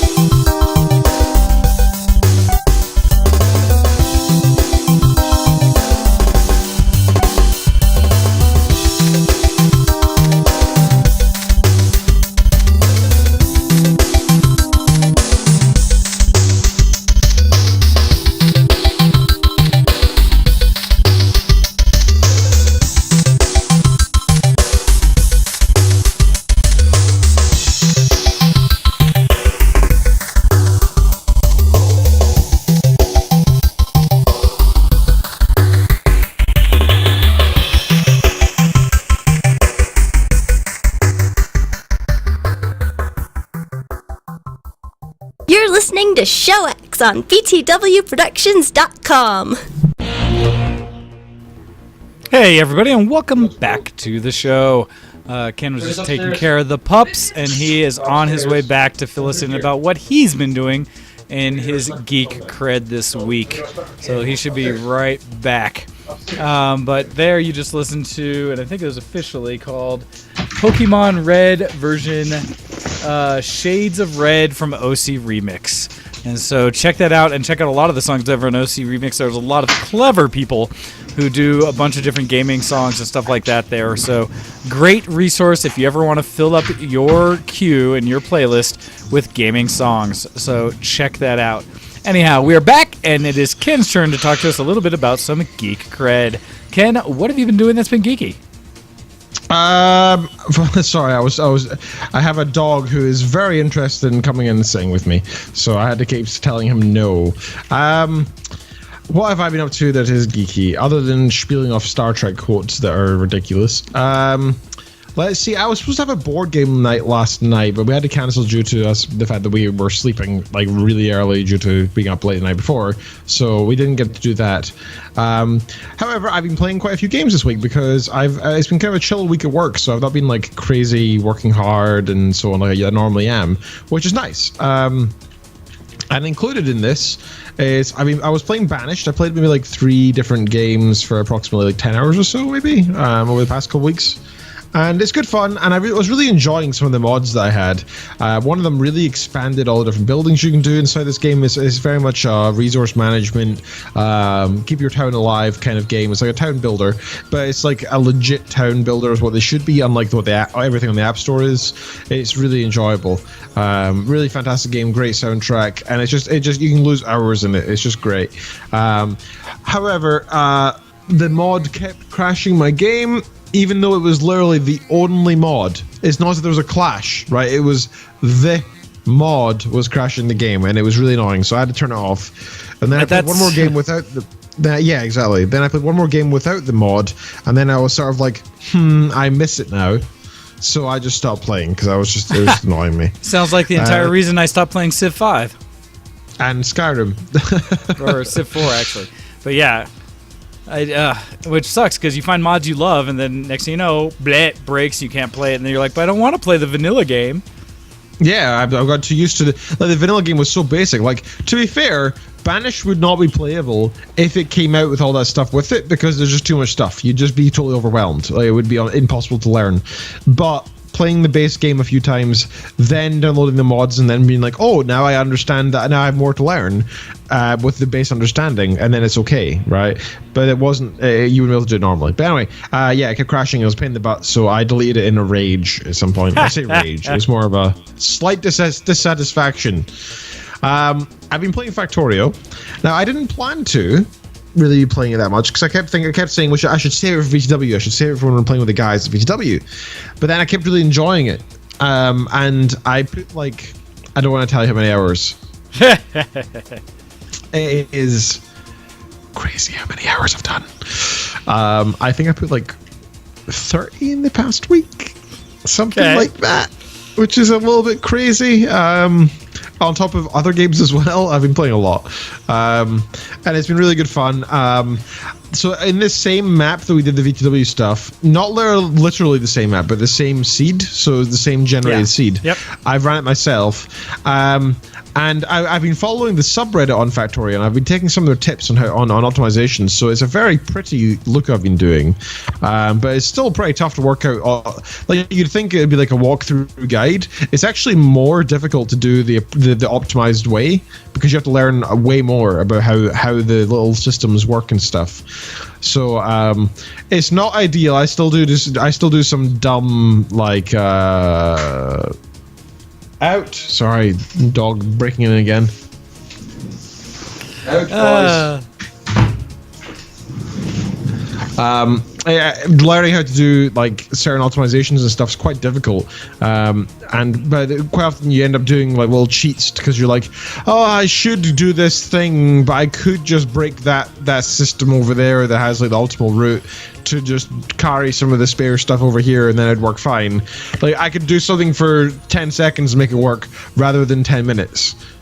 And admittedly, the 10 minutes one's the better one to do in the end. I can't want to just get working right now, right? It's just hey, in Factorio, there's a lot of times where I've just taken an assembler, put it out there, and then either took like next to one raw material line that I need the most of, and then just put a chest next to it and manually crafted a whole bunch and dropped it in the chest or something like that, or into it, just to create however many I needed. So yes, like, you can always optimize. Oh, totally. Like when you get to the processing unit stage, which is kind of like the electronic circuit third version, the blue one, that one's a pain in the ass because it needs like what is it? So much crap. Sulfuric acid. It needs an advanced circuit and an electronic circuit. So you need to make all those other things separately, then hand them in. Like I only have like one assembler making that, and that's not enough, right? So I just use chests right now, and it's dumb and it's silly, but you know what? Screw you, it works. Hey, it gets you to the end. Now, granted, I still haven't played it enough to get to the final stages and know how to do gas production and stuff. I've never launched a rocket. I've still never launched a rocket, so. I don't care about that. I like. I feel that end game is there just to say technically there's an end. It really doesn't feel like it's actually necessary in any which way. I just enjoy the fending of the monsters occasionally, but mostly just screwing around and building factories. That's all I really enjoy. That's the whole game for me. Even if there wasn't an end, I'd still enjoy it, just like in Minecraft originally before they added the end. Like literally, they called it the end in Minecraft because they were like, "Oh, we should probably add in an end," right? Something. Yeah. So I love Factorio for what it is. I don't feel the need to add any more. Now, or I don't feel the need for it to be an end, I should say. But adding more, there are mods out there, and I haven't had any yet because I still haven't fully explored the game entirely. So I don't feel that there's a need for me to go and install a bunch of mods just yet. However, I am aware of them, and I do plan to move over soon. So on this current save that I'm on, I am getting bombarded really heavily by the enemy. I've got this great big wall, like a three wall thick wall that had a bunch of turrets on it. Then it had more turrets. Then it had a ridiculous number of turrets. And then whenever I get attacked, I still have to go around healing stuff, so which is quite annoying. So I started adding laser turrets, but the thing is, I've got great energy production through like a million different solar panels and accumulators and stuff. But every time I get attacked, my accumulators get entirely depleted because the laser turrets use all of your energy, right? Yeah. Oh yeah, like so much. So while technically they're winning, my lights start flashing on and off, and it's terrifying. Like no matter where I am in my base, I'm just like, oh crap, am I going to survive? I don't know what's happening. Is my turret just going to shut off? What's going to happen? So it's great fun. Don't get me wrong, it's great fun game. Thoroughly enjoying it. I couldn't recommend Factorio more. This is why you back it up by a couple gun turrets that are just less range, so the lasers to the front, if they start losing you have the gun turrets to back them up, and then it's easier to replenish them. True. But I'm happy to report that I am just in probably the next time I play, I had to stop playing because I was so close. I've almost made my first ever power armor. I've never made it yet. Not Mark II, that stuff's ridiculous. Just the power armor, the first part power armor. And it is so exciting. I can't wait. I'm almost there. Woo! I just really want it to happen soon. But to make like Power Armor 3, like to make it takes several mods, like those module stuff. Each of which take about 800 copper to make for one, and you need several of these, right? Like making Power Armor Mark II is insane. It takes, in fact, I can see the stats online. It's 7,200 copper, 3,200 iron, and 19,300 seconds. Yikes. To make. That is nuts. Like, you'd have to log off for the night to make your armor. Or, of course, just be really smart with your factory and make it do it all separately, and it cuts down the time massively. I'm not very smart with my factory, though. But it's a great game. Thoroughly enjoying it. I can't recommend Factorio more. It's... it will satisfy your, I don't know, like, you know how people used to always say like, oh, I'm so OCD when they go, which was always really annoying because they're not, right? They'd be saying it in a incorrect way, dumb, in an incorrect kind of dumb manner. This fills that need. It makes you feel like you're doing something that is satisfying. It really is. It's a great game. Can't recommend it more. And I've now put 90 hours into the game, third of which was this week, and it's a lot of fun. And we've been playing VTW as well. I think we can play Mac. Well, if I know exactly, Max Players Factorio. I think I set the one we had up for 20 initially. 20, yeah, but the maximum you can actually, the hard limit is 65,535 players. So you can play with a whole crap ton of people. It is a fantastic multiplayer game. It really does require teamwork or vast distances between each factory, right? Like that's the two options you have. And what's the point in playing together when you're not together? Exactly, right. So feel free to come join in with our games. I don't know if we're doing it after the show. I'm up for gaming after the show, but I don't know. I'm happy to do Diablo as well because I've been playing that and I've only been playing single player so far, and I've been looking forward to playing that multiplayer. And speaking of Diablo, let me actually move on to that. I have made a character of every class, and I've touched on most of them, I think, at this point. I've not played Monk yet, other than making his class. My first character that I made was the mage because I thought, hey, I love mages. They're great. High damage, but like glass turret kind of thing, glass cannon. And I've been really enjoying the mage, but then I thought, you know what? It's a little bit easy. Like, I've not even like lost health yet. And I was like level 10, and I was like, I've been playing for like 45 minutes, an hour on this character, and I haven't even lost health because the enemies can't get close to me. Like, literally can't even get physically close to me. Diablo. So I thought, well, I don't know. I've never played it before, right? So I was like, okay. So what I'm going to do is I'm going to reroll a different class. I want to put the difficulty up. So I rerolled Witch Daughter and put on hard, and exactly the same thing happened again. I had loads of minions which would take the brunt, and I just wasn't getting damaged. And I was like, what's the point in this? Admittedly, I've now got 2 legendaries for an hour's play on my Witch Doctor, which was cool, and I enjoyed that. But I thought, what's the point? What's the point of playing this game if it's not even a challenge? I could just go AFK and probably win, right? So I've now today, I started playing a Barbarian class, and I rolled on Expert. And so far I'm like an hour in, and it's a lot more fun because there's been a couple of times plus because he's melee, right? Yep. So I'm actually up close in front, like close and personal with the enemies, and I have got a couple of times where I'm slightly less than half health, and I was like, oh, I gotta be careful now. Like, I had to think about it a couple of times. I had to be like, okay, I gotta back up. I'll attack one guy. When you've actually had to use your potion. Yeah, right. You actually had to press Q and try and heal yourself, right? I actually had to do that today for the first time in Diablo. Now, I've been looking forward to multiplayer for 2 reasons. One, I assume that it bumps up the difficulty. Please confirm that for me. Please. It says that it's supposed to per person make it harder. Okay, so in theory it does that, which is what I need because I need to be more difficult. Also, I can't put the difficulty up any higher until I get to level 60 or something, apparently, which is basically at some point you have to beat the game before you can actually make it hard, which was always my original complaint with Diablo 3 is that you had to play it, and thankfully they allowed it to move up a step higher so that you could unlock the harder levels to begin with.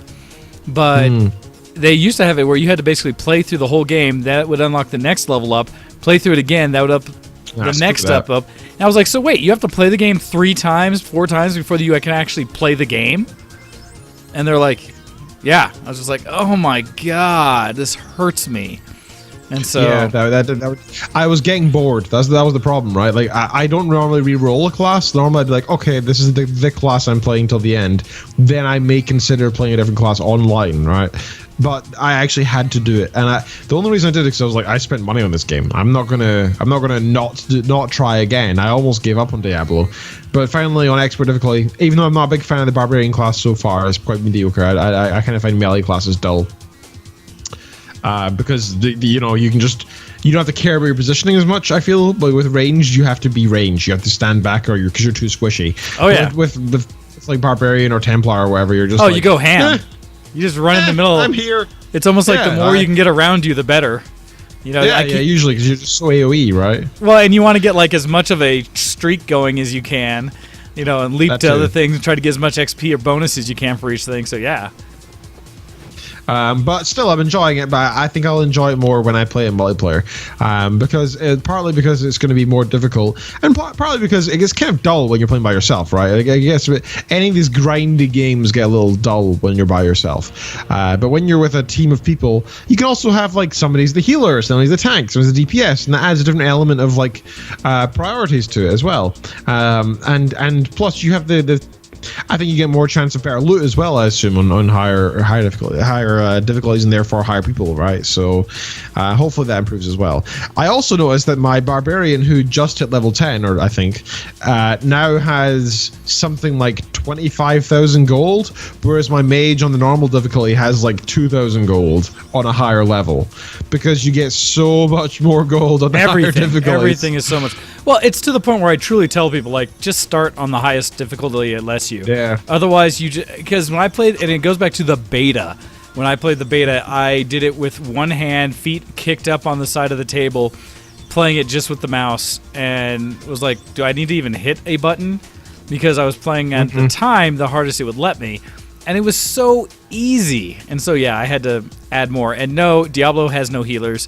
You are all self-healers in the sense, and most characters have an ability that allow you to somewhat help or heal with the team as a whole to help your team. But dedicated, no.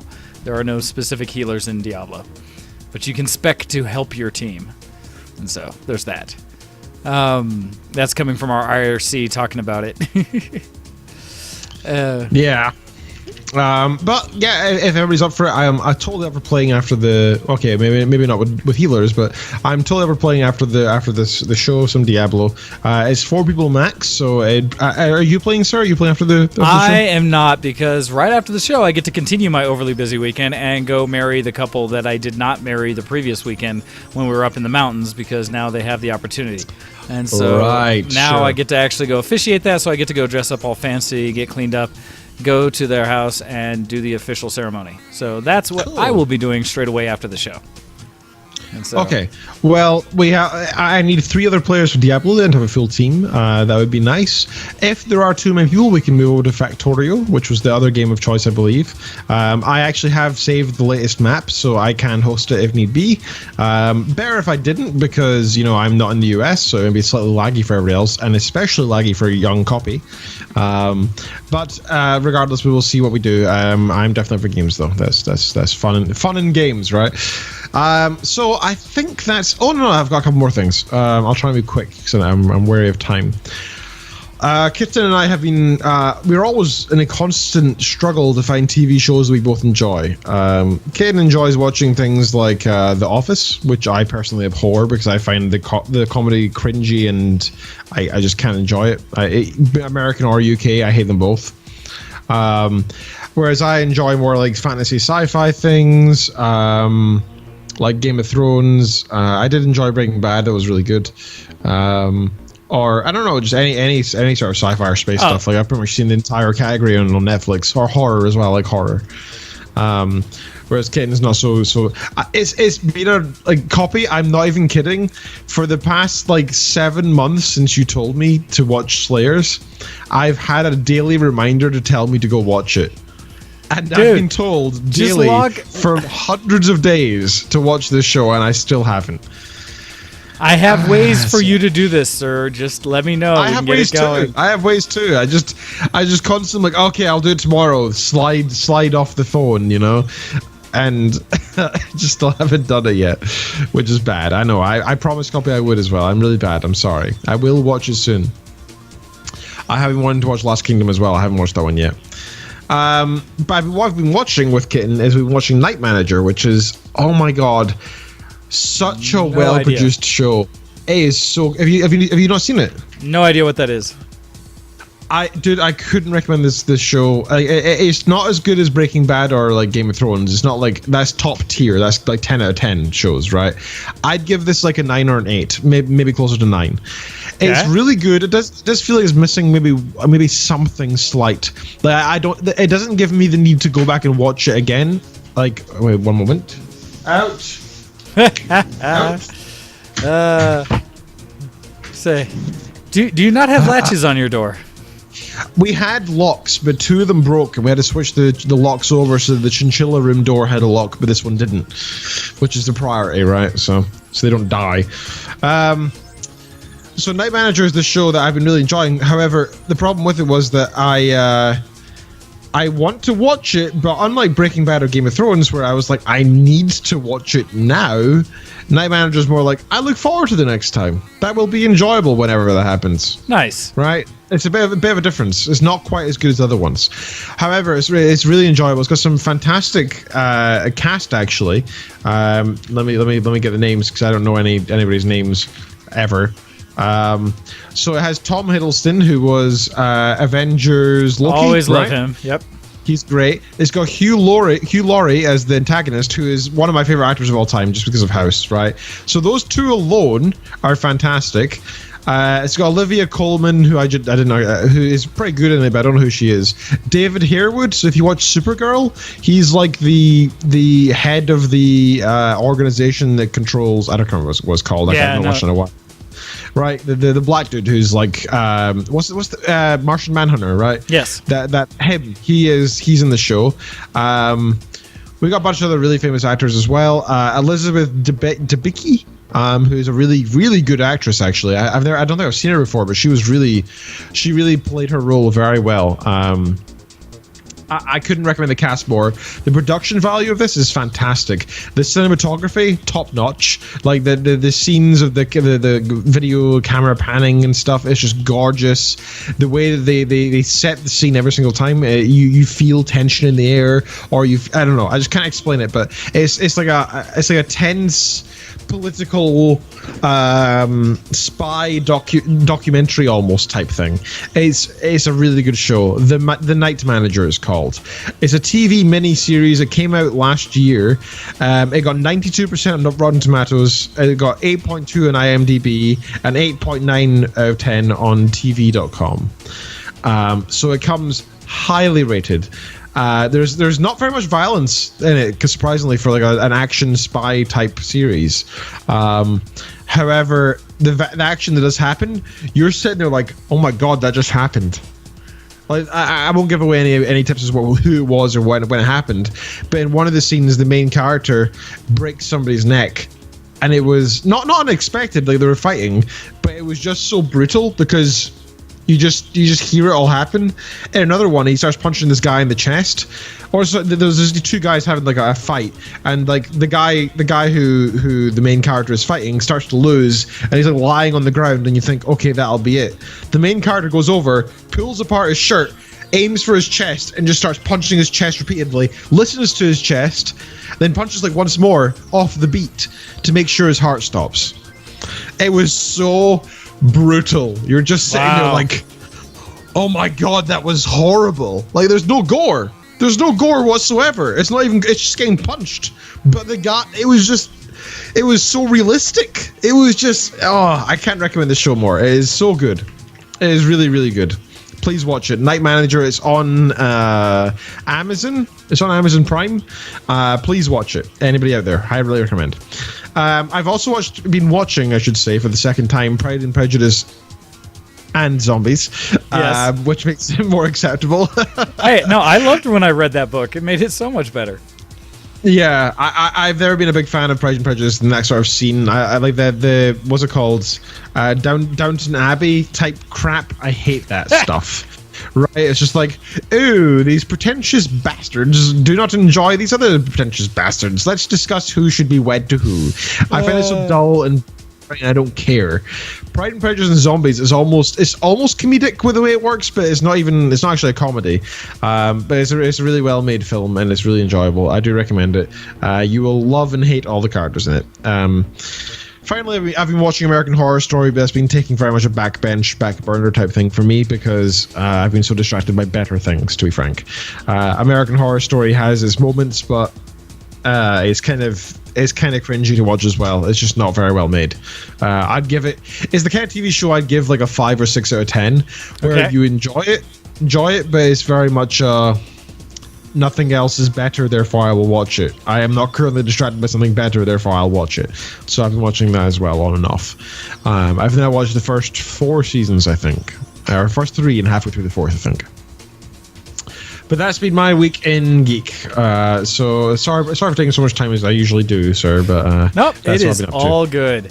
Nope, that works, and that is perfectly fine because that puts us at about a half hour left for us to talk about some news. And so with that, we will switch things up, and we will get in here and say... Technology, news, and more, today on the Geekoscope. So, as we get into things that have been happening recently in news, what are some of the things we have? Well, let's see. I have all kinds of things I'd love to talk about. Some old, some new.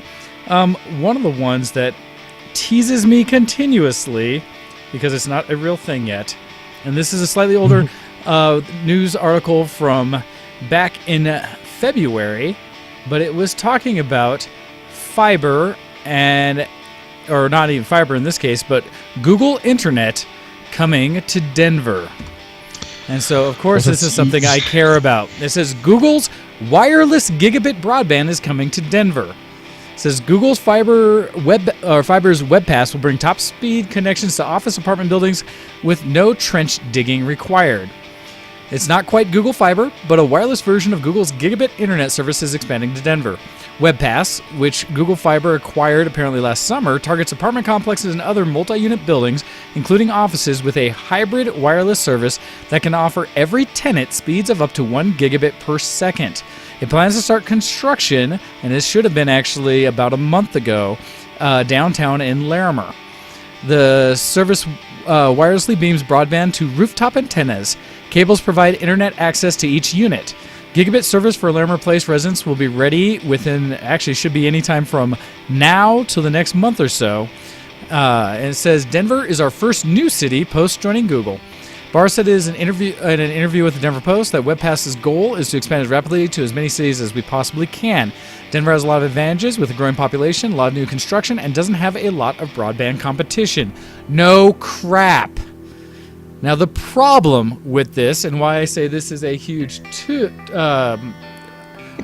tease, is that essentially we're not going to get it anywhere outside of downtown Denver. So, while this is a great feature, it's a great way to expand, especially in an urban community, if you are not somewhere where there's lots of tall buildings that are keeping people away from regular such, you're not likely going to get a wireless option. I don't know of any plans they have where they would send it to a neighborhood and then do wired from there. It works well in buildings. So this is like the ultimate tease. My hope is that, at least with new options in Denver, they'll finally find ways to pass it out to all of those of us residents out in the urban area or non-urban areas, out more rural, or just kind of in suburbs, and finally get some more. One of the things they also talk about is pricing, and this is, I think, highly important. It says, regardless if the speed is 100 megabit or 1 gigabit per second, WebPass charges a flat $60 per unit, taxes and fees included. So everyone is on the building, is on the same plan, and everyone is upgraded when speed improves. And so it's kind of one of the please expand this everywhere in everywhere, because why don't we all have gigabit internet? I don't understand. It should be default by now. Yeah. Right? Absolutely. So that's just one that it's a tease, and it ticks me off because I know I'm not going to get it, but I keep hoping for more tech. All right, sir, on to you. Sure, I've got quite a few here. First of all, quite an important milestone, actually. Hearthstone has passed 70 million players this week, and for anybody who actually enjoys playing Hearthstone, I highly recommend that you go out and log in, because you will get 3 free packs of the latest expansion, so it's worth logging into. Blizzard also announced that Hearthstone broke a record for most simultaneous players at one time, thanks to the Journey to Unguro expansion. To celebrate, the company is rewarding players old and new with card packs. If you're curious what you might pick up for free, you can blah blah blah blah blah blah blah. The game has more than doubled its player base in almost exactly 2 years, which is crazy. Hearthstone is a great game, and it's well made, and unlike many of the card games out there, it's incredibly polished. That's one thing Blizzard does really well, is they'll take another genre that exists out there and say, how can we take the bad parts out and keep the good parts, and then make them better? If only they could figure that out for Heroes of the Storm. Yeah, they kind of screwed that one up, I think. But they've done it with Overwatch. They've done it, which is like that sort of Team Fortress style game. They did that to the extreme, and that's doing it really well, I believe. Overwatch. I still see it everywhere. World of Warcraft was a good example. Like, we had RuneScape, we had Guild Wars, and we had all these different games that existed out there as MMOs. And then World of Warcraft came out, and we were like, wow, this is how a game should feel. And they really, like, even now, it's still a constant topic on our show, and probably on many others. People are always talking World of Warcraft, right? They made such a big impression with it. With RTSs, they did the exact same with Warcraft and StarCraft. They made them amazing, right? They looked at the genre, they saw what other RTSs were like, Age of Empires, etc. They made Warcraft 3 and the Frozen Throne, and that was Game of the Year, easily, no problem, because they kicked ass. Same with StarCraft. And then finally, Diablo 2 saw that there was competitors like Torchlight, etc., and said, how can we beat them and make it better? And they made Diablo 3, which kicked ass in sales, right? Which initially failed, and then they realized Torchlight was better, and they stole everything good from Torchlight and back from Diablo 2, and finally made it good. That's how they did Okay, that. you're not wrong, right? But still, the point being, they still saw how they can make it better in the end. Which is my main point here. And the Blizzard are known for that. They've done the exact same with Hearthstone, and now they're with 70 million players, which is absolutely insane. Let me actually look at the most played video games list online. So apparently number 6 is Counter-Strike Global Offensive. Number 5 is still World of Warcraft. Number 4 is Dota 2. Number 3 is Overwatch. I don't believe this list. Why? Because World of Warcraft's probably higher than those two. Well, do you think it is currently? Or because that's the problem. It depends when it was done. Because Blizzard, WoW's gone down a ton. They don't report numbers anymore. Okay, League of Legends is probably number 1, followed by Counter-Strike, then Fallout 4, then Dota 2, then World of Warcraft, then World of Tanks, then Hearthstone with 2% of all games played. Which makes more sense to me. That sounds makes better. Cause I'm still surprised that Dota 2 is doing better than World of Warcraft, though, to be honest. That's a bit weird to me. But Heroes of the Storm is sitting at 1%, which is still damn good, right? That's pretty high up. Diablo 3 is at 1.08%. It's pretty good. But regardless, that's all that. So, that's interesting. Blizzard have always been kicking ass with their games, and they still are. Even if they're money-grubbing so-and-sos. As they always have been. Sir, do you have an article? Alrighty. So, what else do I have here? So that's political. Let's see. What are the most popular platforms for video game developers? As we talk about places people like to play their games, where do people like to build them? Well, it says there's a lot of going on in console gaming right now. The Switch is off to what seems to be a hot start. Both Sony and Microsoft are hoping on mid-generation update bandwagon and PlayStation VR to keep them going. But for all this newness in the living room, people that actually make games are still far more likely to work on the tried and true PC. So a chart from Statista shows the gap. According to a January survey by Game Developers Conference, 53% of the 4,500 game developers surveyed said they are currently working on a game for the PC or Mac, compared to 27% for the PlayStation 4, 22% for Xbox One, and 3% for, at the time, the then unreleased Switch. This shouldn't come to a surprise to anyone who follows the industry. Many of those surveyed are independent developers, and the low barrier to entry and the high potential reward on a PC platform like Steam are typically more welcoming to their pursuits. PC market also tends to welcome a more diverse set of games, from the weird to the comedic to the hardcore. This doesn't mean the PC is better, but it is. But it does serve as a reminder that the video game industry is much broader than headlines can sometimes suggest. Well, this is one of those ones I wanted to bring up because the console gamers and people will always try to say that the PC is dying and dead and all this stuff, and continue to always try to push that. We never have been. The PC markets just continue to grow. Now, it still continues that, we as PC gamers are still the master race, and there's... Oh, stop that. I have to... There we go. Silly computer and memory usage. Oh... Stop it. It was doing so well. Let's see if we can get it to at least continue trying without the background music again for a second. I don't see anything else I can shut off yet. Boo. But essentially, we all know that PC gaming continues to be the big high point and that most people play on the PC. There's more PCs I would say, arguably in the world than any of the individual systems. It's just a lot of people that don't Right, realize totally. you can game on them, which is probably the big thing. And it is interesting, as you guys are bringing up in the IRC about some of the other games out there. StarCraft Remastered, I am actually curious for. And did you see the recent article, or there's a story that somebody found the original gold copy of StarCraft? That is actually one of the articles I have. Okay. Up, I'll let you bring that up. because- But so finishing this, though, just that, game developers, strong on PC. We are still big and bad. Don't even worry. From a PC perspective, we'll be gaming for years to come. All right, sir. Sure. So, I'll pull that one up. Okay. So, StarCraft source code has been discovered. So, for years, it's been this sort of thing that people didn't really believe, because it seems a bit weird to me as well, to be honest, because it's not as if you're okay, big ass company. Hey, I'm Blizzard Entertainment. I make more money than any other games company in the world for at least a very long period, right? And what I'm going to do is place my source code somewhere dumb.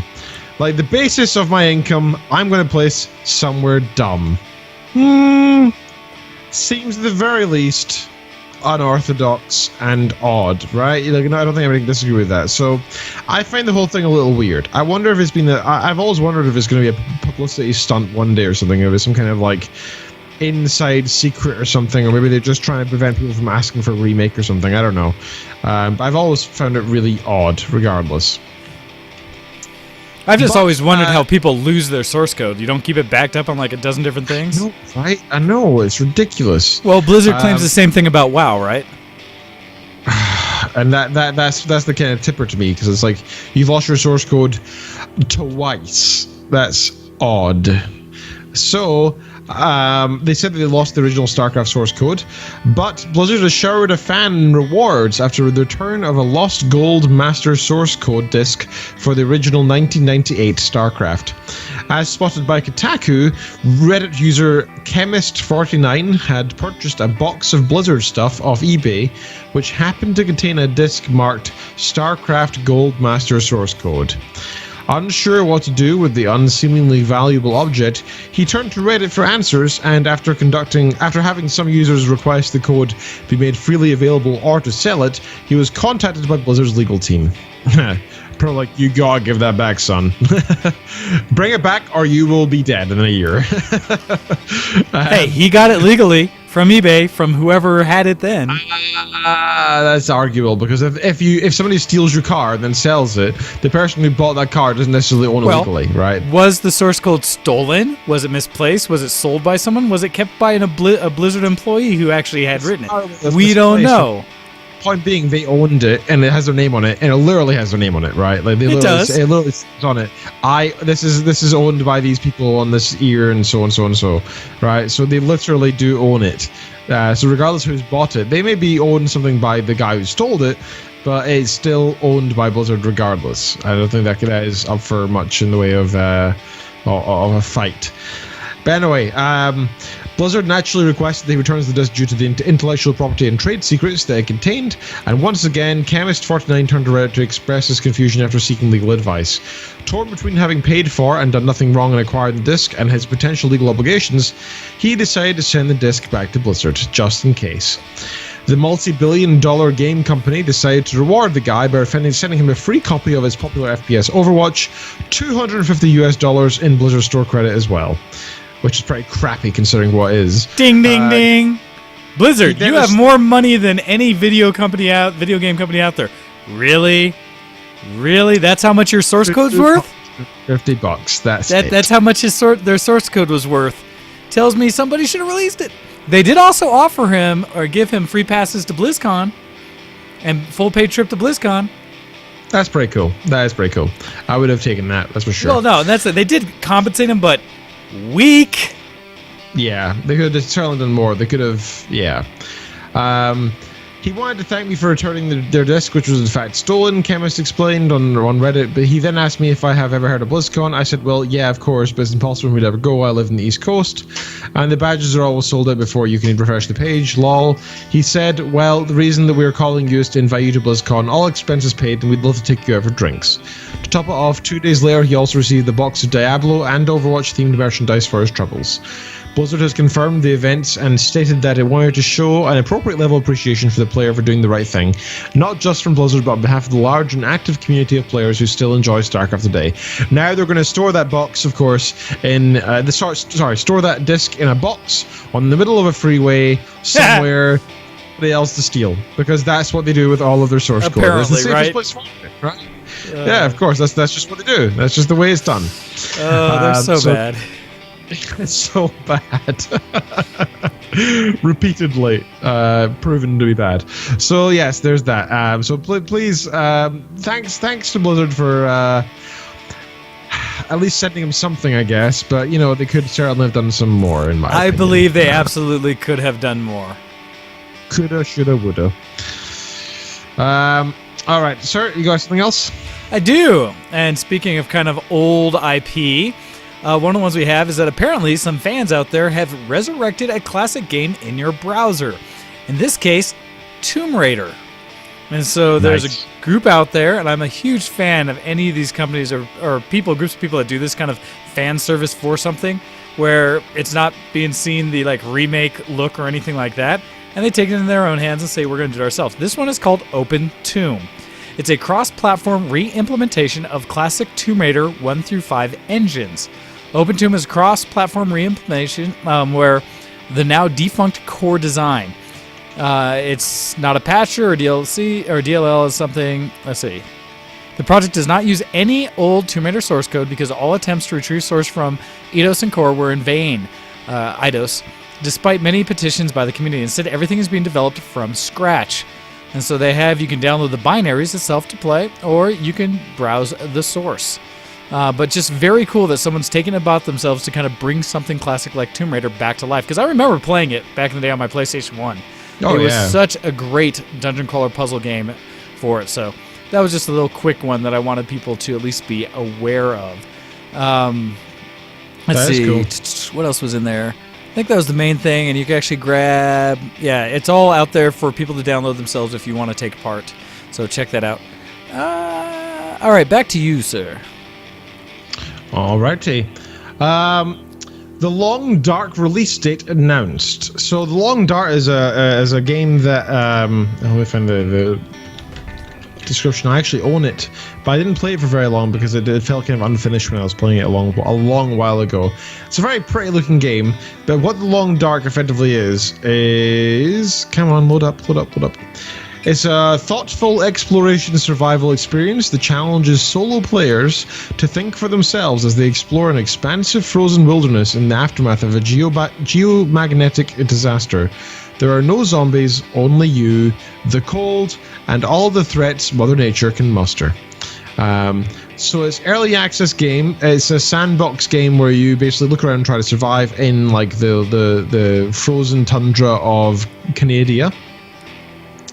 It's a single player game, and it's fairly tough. It's no hand holding, as they describe repeatedly. There's permadeath, so as soon as you die, you're dead. You have to monitor things such as your calorie, hunger, thirst, fatigue, and body temperature. And you need to craft things, hunt to survive. It's fairly tough. Basically, it's taking the general genre of survival games and taking it to the extreme for the survival aspect. Which I think is a really great cause. It's also a very pretty game. From what I played, it was gorgeous. I recommend it for that alone. But they've actually got a release date now. They've been in beta and early access for a very long time. The man versus nature survival game The Long Dark will be getting a full release on August 1st for PS4, PC, and Xbox One.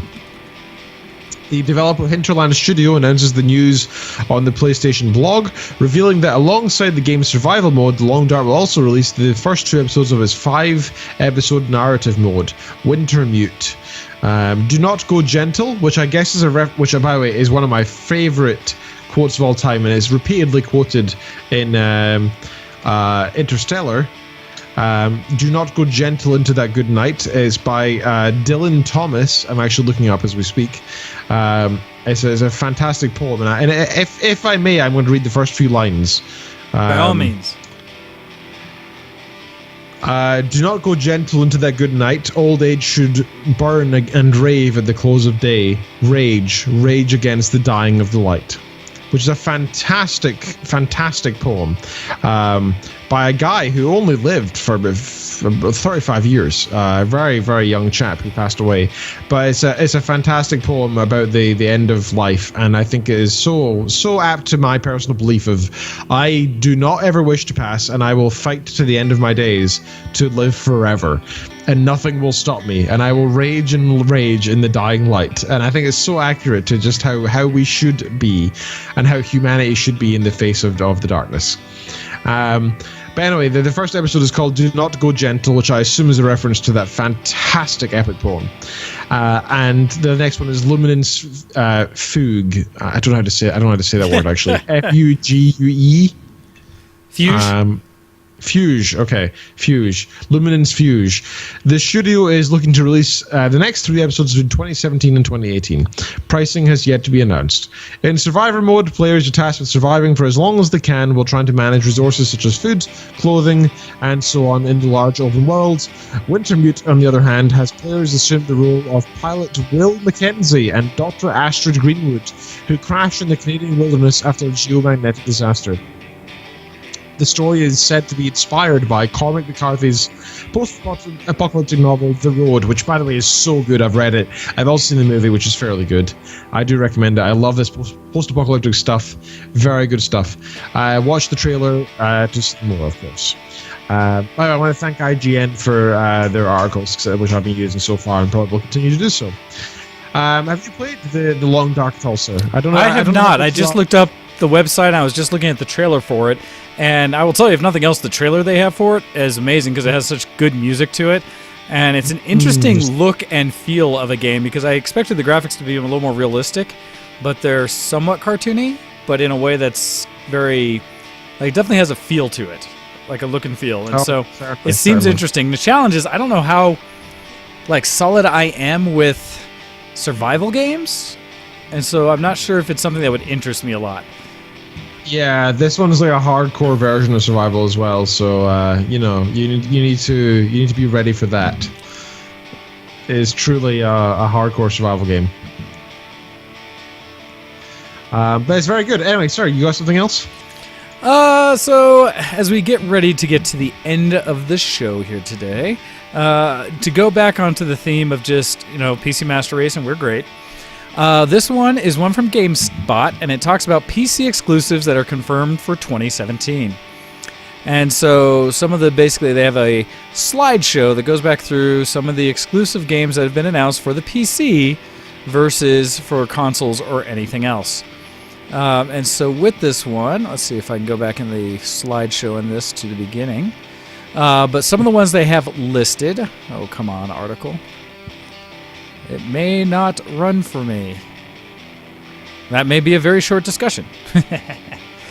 But essentially the one that I stopped on and that it came up in mine was that Escape from Tarkov, which I don't know if you've seen anything of. I don't know that. No. It's one that I've been following for a bit, and it's one that I kind of got some of the rest of the VTW crew to pay attention to. It is a game that is being developed by a studio in Russia that is trying to be a very realistic shooter. Modern era, current gen type shooter. So they've spent a ton of time focusing on gunplay in it, and animations and things around gunplay, how guns are reloaded, how they jam, looking down the sights, running with, moving through the world with guns of different lengths and things like that, even to the point of how guns interact with the world, where if you were to move forward and run into a wall, your gun ends up pulling up in the screen so you wouldn't be able to shoot straight while you're too close to something. I love that kind of thing. That's nice. It's really focusing on realism, how it looks in the world, where it's actually, and I give them credit for this, very difficult to see people in the world. They don't stand out in any way. They can blend in very easily, and that's something I think is often lost in many games. They become almost too cartoony. And this one, they really do focus on it, and it looks, I think, awesome. They, let's see if I can put this in another browser and go through some of the titles they have. So that's one I've been looking forward for a while, just because it looks impressive that we're going to get a shooter to that level. Let's see. Some of the other ones are like Conan Exiles, which is not one I'm really excited for, and I think it's available now, but it's one that's been touted kind of that is definitely a PC only. Some of the other ones, Warhammer 40k, Space Wolves. One that is out now that I have and I quite enjoy, which is Robo Recall. That's my VR one, if anyone's been watching me play on that, although it's been a little while. That game, I think, is phenomenal and, to me, one of the best VR games available today, which is definitely something that you don't see on the consoles. Another one's Thimbleweed Park, which is a point-and-click adventure from the guys who did some of the old LucasArts games, like Maniac Mansion and Secret of Monkey Island. It's interesting because it has that old look to it, but with somewhat modern animation and things like that. So I kind of miss some of the old point-and-click adventures, and that makes that one interesting to me. Another one that's now out, but I haven't played, and I'm curious to hear more about, is Dawn of War 3, Warhammer 40k's RTS, because I've liked the previous two versions they had, and so I'm very curious about that one. But essentially just that we always hear about the console wars and how they're, always fighting about who's got exclusivity and stuff. It's good to remind us PC folks that we get a lot of love too. Yes, and we do. I wanted to bring that up. No, that's good. That's a good point, actually, sir, because we really do get a lot of love, and I think there's a lot of people naysayers out there who would say that the consoles get more love than we do, but that's so dumb. We are the receiver of the most love from developers of software and hardware, be it games or graphics cards, and that's certainly for sure. Right, so I have another one here, which is quite interesting, actually, considering it's slightly controversial almost. Fable has a lot of places it could go, says Xbox boss. Uh-oh. Well, I'm never sure, because the Fables have been good in the past, and I'm holding off to see. Head of Xbox Phil Spencer spoke to the future of the Fable franchise, suggesting there may be more entries somewhere down the line, or sometime down the line, I should say. When asked on Twitter whether or not we'll see Fable 4, Spencer replied, "Nothing to announce right now, but I do think the IP has a lot of places it could go." Last year brought with it the closure of Fable developer Lionhead Studios, rest in peace, press F for respect, as well as co-op action role-playing game Fable Legends, which I don't think I was really sad about. According to ex-Lionhead art director John McCormick, the studio pitched a fourth proper installment set in the technological industrial age that Microsoft ultimately rejected. Lionhead founder Peter Molyneux, who departed the studio in 2012, who is a fantastic, extremely creative man, to found 22 Cans, which is also a fairly good company, we talked about before in the past few weeks ago, recently told IGN that if he could go back in time and prevent the studio's closure, he would have had the team work on Fable 4 rather than Legends, which is, I think, fair as well, because although at the same time, Molyneux also said that he personally felt that the reason that the Fable series was actually not doing so great was the fact they advanced in time too fast. He felt that originally it was a very fantasy, medieval type game with swordplay, archery, and sorcery, moving on to suddenly there's guns everywhere, and it kind of ruined that feeling. And I think moving into industrial age, even closer to modern age, would have been bad for the series personally. However, I feel like if they did Fable 4 as maybe a different country, maybe they did move away from Albion, moved somewhere where there's like less technological prowess, so they don't actually necessarily move back in time, but they move to somewhere where there's maybe more tribal, maybe like a bunch of like African American characters, and interesting. The magic could be have a new focus where it's like a different type of magic and stuff, like from a different part of the world. That could be really interesting, right? I think that could be a lot of fun. They could have done something like that, but they didn't. Instead, they closed down because they had dumb ideas of moving forward too far in time and moving away from what the game was supposed to be and into something that it shouldn't have been. But that's I love the idea of a Fable 4, but we'll wait and see what happens. I hope they do continue it, but I hope they make it better in whatever the way they do. In the IRC, Cupchick says, Fable, I only ever played the first one. Loved it now. Legends, not so much. Fable 1 was fantastic. Fable 2 was fairly good. Fable 3 was a bit poop. But I do recommend all three regardless. I'd give them maybe a 9, 7, then a 6 out of 10. No, that's not fair. 9, 7, then a 5, right? Where they're all worth playing, but you will feel the difference in the satisfaction of playing the games throughout the different members of the series. Sir, do you have another something else? I think that's probably good to get us towards the end of the show today, Okay. as we're about to run out of time, and so as not to get into anything too political or otherwise.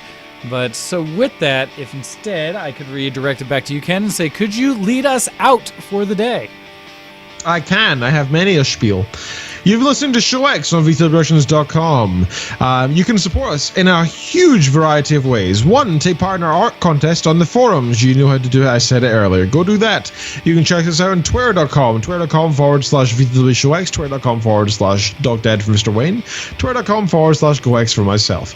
You can send us an emails to showx@VTubRussians.com. We'd appreciate that too.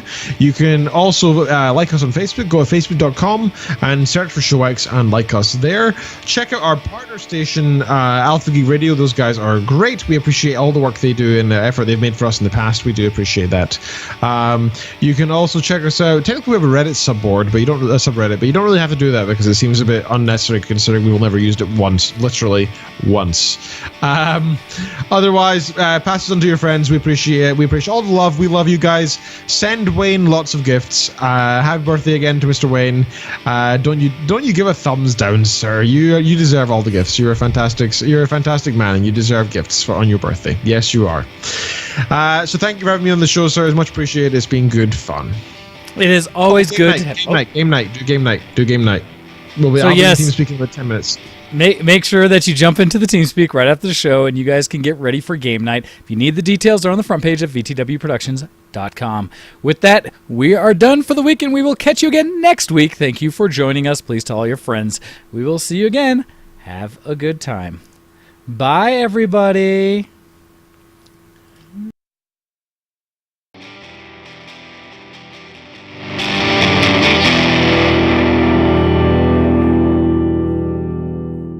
Goodbye. See you next zombie.